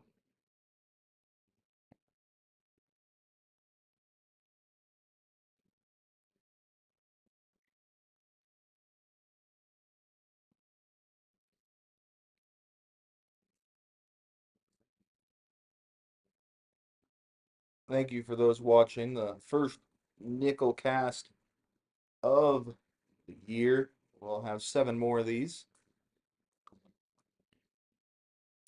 Next one is Dolphins Texans at September 18th. Gonna be doing a lot of.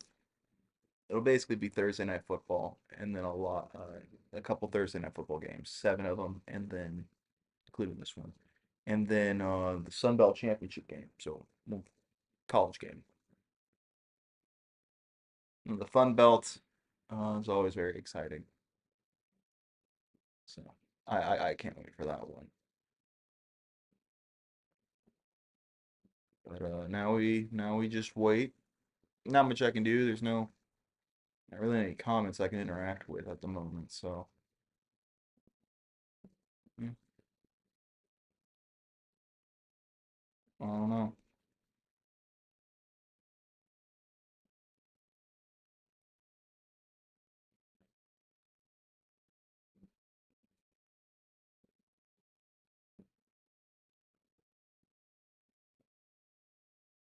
Sunday night football, the Bills Ravens, gonna be a very exciting game. 7:20 to go here. Cowboys get it at the 11-yard line. Prescott dropping back. Fires it over to CeeDee Lamb, who's going to get across to the first down marker and to about the 23-yard line. Good work. Nice CeeDee Lamb. 7 catches, 109 yards. Some good work there. I still find it wild that A.J. Brown does not have a catch. Or at least a target. 1st and 10. At the 24-yard line, handoff to Williams. Either gets stuffed. Nobody home there. Not Jalen Carter, because he got ejected. That's it's Jordan Davis. Jordan Davis with the stop there, as well as Jalix Hunt from Houston Christian.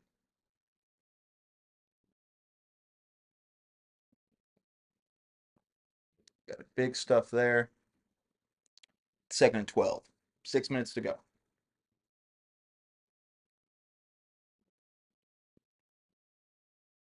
Prescott dropping back under pressure. He's going to get it to Turpin. Turpin evades a defender, but he's not going to get very far at all. That is Jihad Campbell and Andrew Makuba, the rookie from Texas. 2nd round pick. 3rd and 10. It's getting to that territory. It's getting to that crunch time territory where if you're the Broncos, if you're the Cowboys, you consider going for it. I don't think you do. You have all 3 timeouts. But it is worth thinking about if you can maybe get to, 4th and 1 range. Prescott dropping back quite a bit. He has to throw it all the way to the 10, and he's going to give it to Javonte Williams, who's only going to get about 3 yards there. So I would imagine that they'll go ahead and punt here. And the Eagles can essentially run out the clock. If they, get a couple first downs. Cowboys have all 3 timeouts.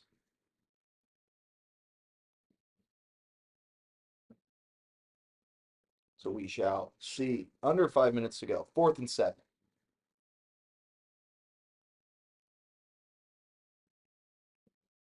Anger with the punt. That's a pretty good one. And Dotson will fair catch it at the 25-yard line. We are almost approaching the 4-hour mark of this live stream. Freaking rain delay. Kind of delayed that, but if you are here, thank you for watching. 4:43 to go. Another ad break.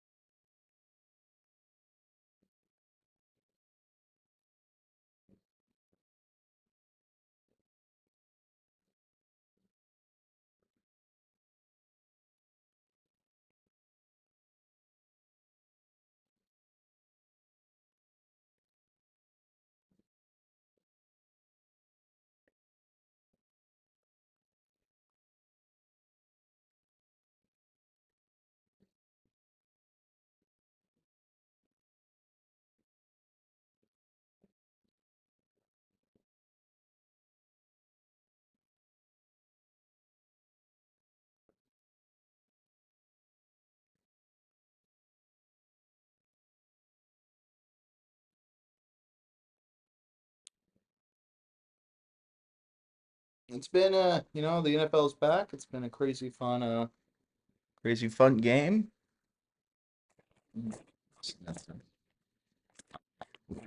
Real quick.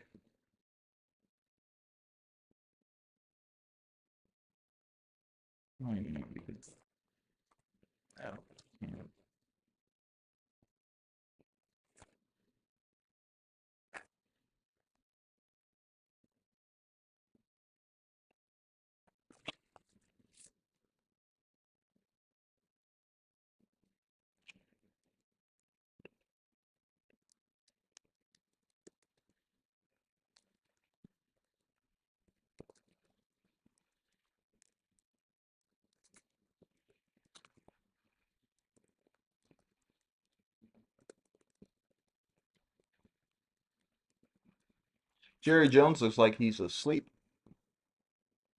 No, he's awake. Never mind. He's gonna drink his cola.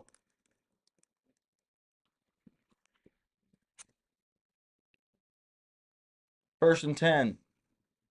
Handoff to Saquon. Nowhere to go.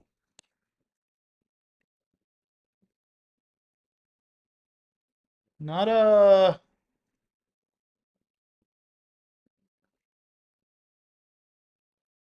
can get anything going here. Will they get anything going here?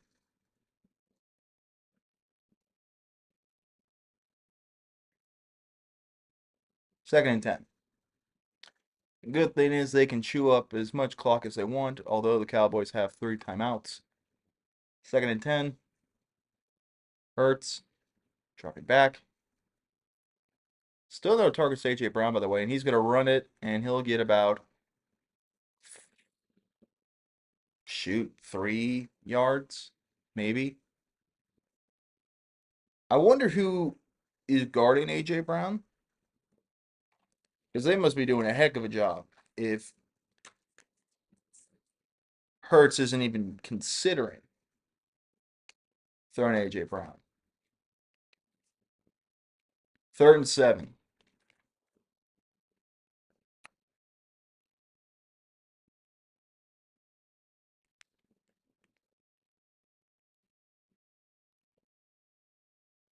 Well, there's A.J. Brown. He's guarded by Diggs.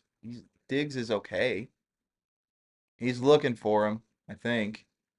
And he'll go to Dotson, and he stopped short. So the Cowboys will get another opportunity because I think it'll be about 4th and 3. That was a good tackle by Deron Bland, who had 5 pick sixes in 2023. And I want to say I think he may have had 0 interceptions in 24. Elam kind of wrapped him up, and Bland kind of finished the job there on Dotson. So it'll be another man punt on 4th and 3. You got 5 seconds to go. You got 3, and they're gonna get that punt to go. It's going over to the right again. Takes a decent bounce, and it'll be kind of right back where they were at about the 12-yard line again. 3:02 to go. Cowboys down 4. Does Dak have it in him to pull off the upset here?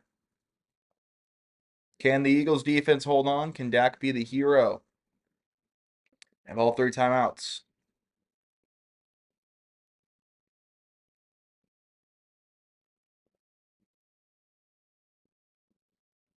It's getting good, folks. Come on in. Come on, tune in. It's going down to the wire. 20-24.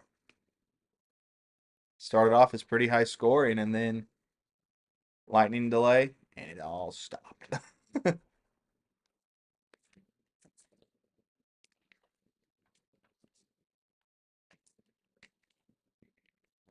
We'll remind you once again, Dolphins Bills, our next Nikkelcast, September 18th, 7:10 p.m. Central, right here on this YouTube channel. If you're not following the YouTube channel, I got Friday night vlogs coming out, so this next one will be on Friday, I think. Heck, I may just post it Wednesday for the heck of it. I don't know. We'll see.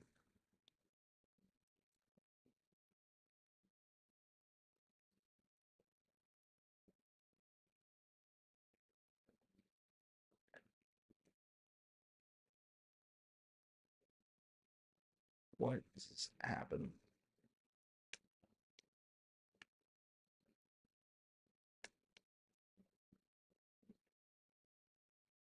Weird commercial.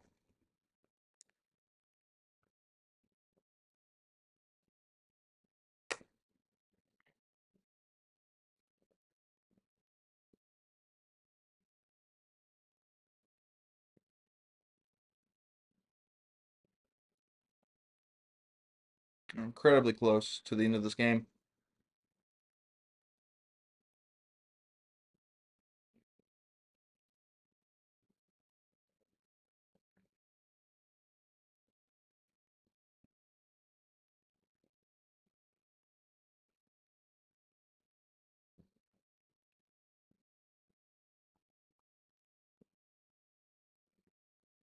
.302 to go. Cowboys. And what will probably be their last shot to get to the end zone. Have all 3 timeouts. Philadelphia has 2. Can Dak Prescott be the hero in game 1? No Jalen Carter for the Eagles. Dak dropping back. First down. Throwing it over to Jake Ferguson. Almost tipped by Zach Bond, but Ferguson will retain possession, and he'll get about 4 or 5 yards there. But incredible play by Jake Ferguson. Last season, he had 59 catches, 494 yards in 14 games. Today, he has 5 catches, 423 yards.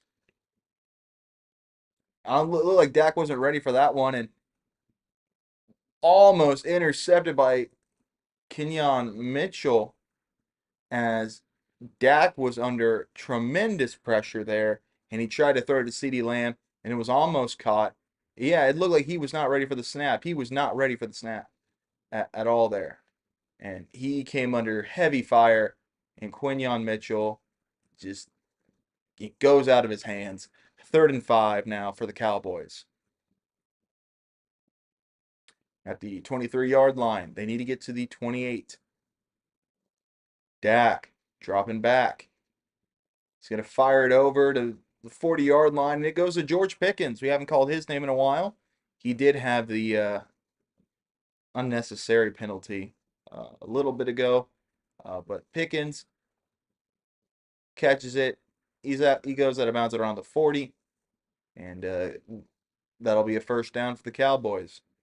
2:47 to go. They're at the 38-yard line. That was Pickens' third catch. He has 3 catches for 30 yards. 2:47 to go. Dak looking. He's going for it all. And it's caught by CeeDee Lamb. Oh, no, he dropped it. It went in and out of CeeDee Lamb's hands, almost went to Reed Blankenship, and it fell incomplete. I'm looking at the replay right now. CeeDee Lamb gets ahead of Mitchell. He holds on. It looked like he was about to catch it. It slips out of his hand. He tips it up a little bit, leaves a window for Reed Blankenship to catch it, and he doesn't. It flies out of his hand. Incomplete, 2nd and 10. 2:40 to go. Unbelievable play. I'm also a little quiet because I don't want to wake up my neighbors. Prescott drops back. He's looking again. Oh, man, another dangerous play. Looking for Luke Schoonmaker over there from Michigan. 27 catches last year, 241 yards, 1 touchdown. Schoonmaker was in double coverage. That's a very dangerous play. 2:33 to go, 3rd and 10, obviously 4 down territory. So if you're the Eagles, you just need 2 plays and to make sure that they don't get past the first down mark. 2:33 to go. And again, if they do turn it over, the Cowboys have 3 timeouts. So you will have to go all out offensively. You can't just take a knee. 2 seconds on the play clock. Prescott dropping back. He's looking to his left. He's going to throw it over the middle there to Williams. He's going to be stopped just short. Probably a gain of 6 there for Javonte Williams. It'll be 4th down. This is likely the game. Are they going to go to the 2-minute warning, or are they going to try to, go fast here? 4th and 3. You need to get to the 48-yard line. 2:03, 2:02. Are they going to go? No, they're not. We reached the 2-minute warning. 4th and 3. Play of your life. Play of the game. Make or break it. Well, I say that.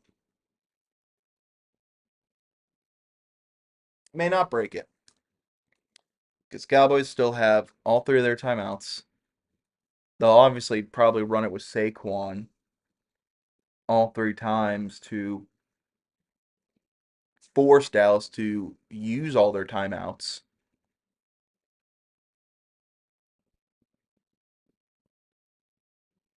If you're Brian Schottenheimer, what do you do here? Because they know you're going to go to Lamb. You go to Pickens again. What's the play call for Dallas? So that's going to be, I mean, this is the game, essentially. More likely than not, this is the game. So 4th and 3.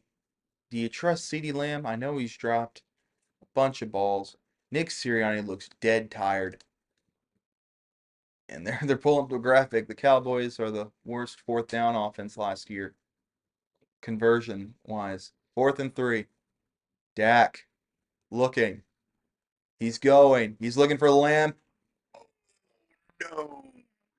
Diving catch incomplete. CeeDee Lamb dropped it again. He's going to have a Butterfinger sponsorship by the end of this game. But it's not over just yet. Eagles have to get a first down and make sure the Cowboys use all 3 of their timeouts. CeeDee Lamb, are you kidding? He had the window. It just fell through his hands. It was right there. Oh, unbelievable.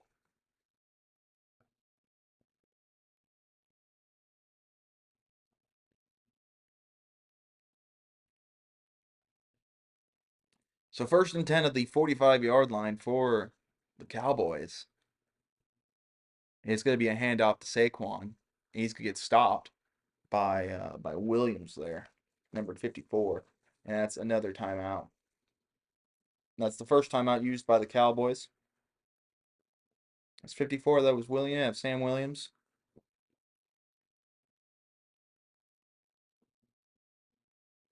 Do you think Jerry's thinking maybe he should have traded CeeDee Lamb instead of Micah?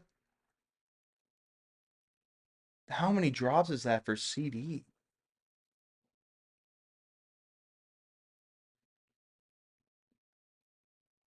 Because this is, I mean, he's had a decent fantasy game. I mean, he has had 7 catches for 110 yards, but he's also had 13 targets, and a lot of those were drops.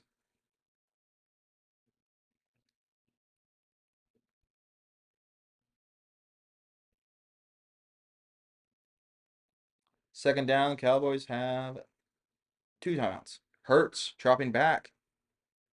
He finds A.J. Brown finally. He's just short of the first down marker, though.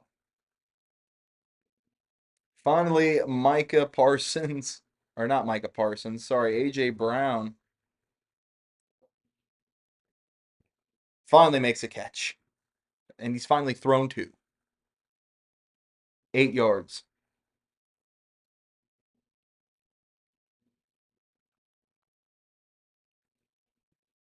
And that was a nice play right there. He's tackled by number 20, Karar Elam from the Bills, formerly of the Bills. So 3rd and 3, 1:45 to go. The Cowboys have 1 timeout. So, I mean, if they get a stop here, you are looking at one, like 138, no timeouts, and you have to get a touchdown. 3rd and 3. They're going to move Saquon out next to Devontae Smith. Must get to the 35-yard line. Hurts looking. He's going to scramble. He's going to get that first down. Then maybe a late hit, too. But that might be it. The Cowboys do have 1 timeout. But I think that's going to do it. 1:27 on the clock as Jalen Hurts scrambles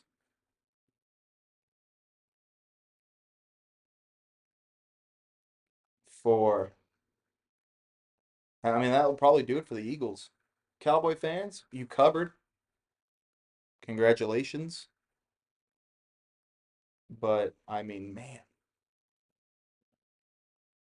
Incredibly tough performance for CeeDee Lamb and for the Cowboys there. Me, if Micah Parsons was there, maybe does he stop that run? I hate bringing it up, but you have to think about that. So, okay, they use their final timeout, and they'll go ahead and kneel it. Grant Calcaterra pushed Sam Williams there. Are we have a fight after the game too? Jeez Louise.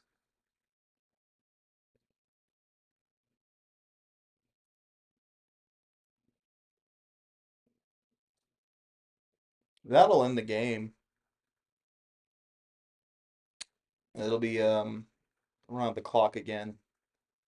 We'll take the knee here. I mean, CeeDee Lamb knows it was his fault. And, that's okay. Sometimes it's just not your night. I think they'll have to knee it one more time, but, I mean, that's pretty much it. And also, even if he makes those catches, there's no guarantee that he scores.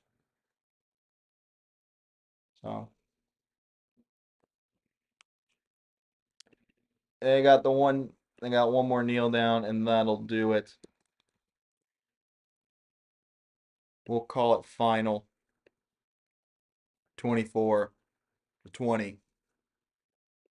Philadelphia over Dallas. Quite a game. Quite a way to start the season.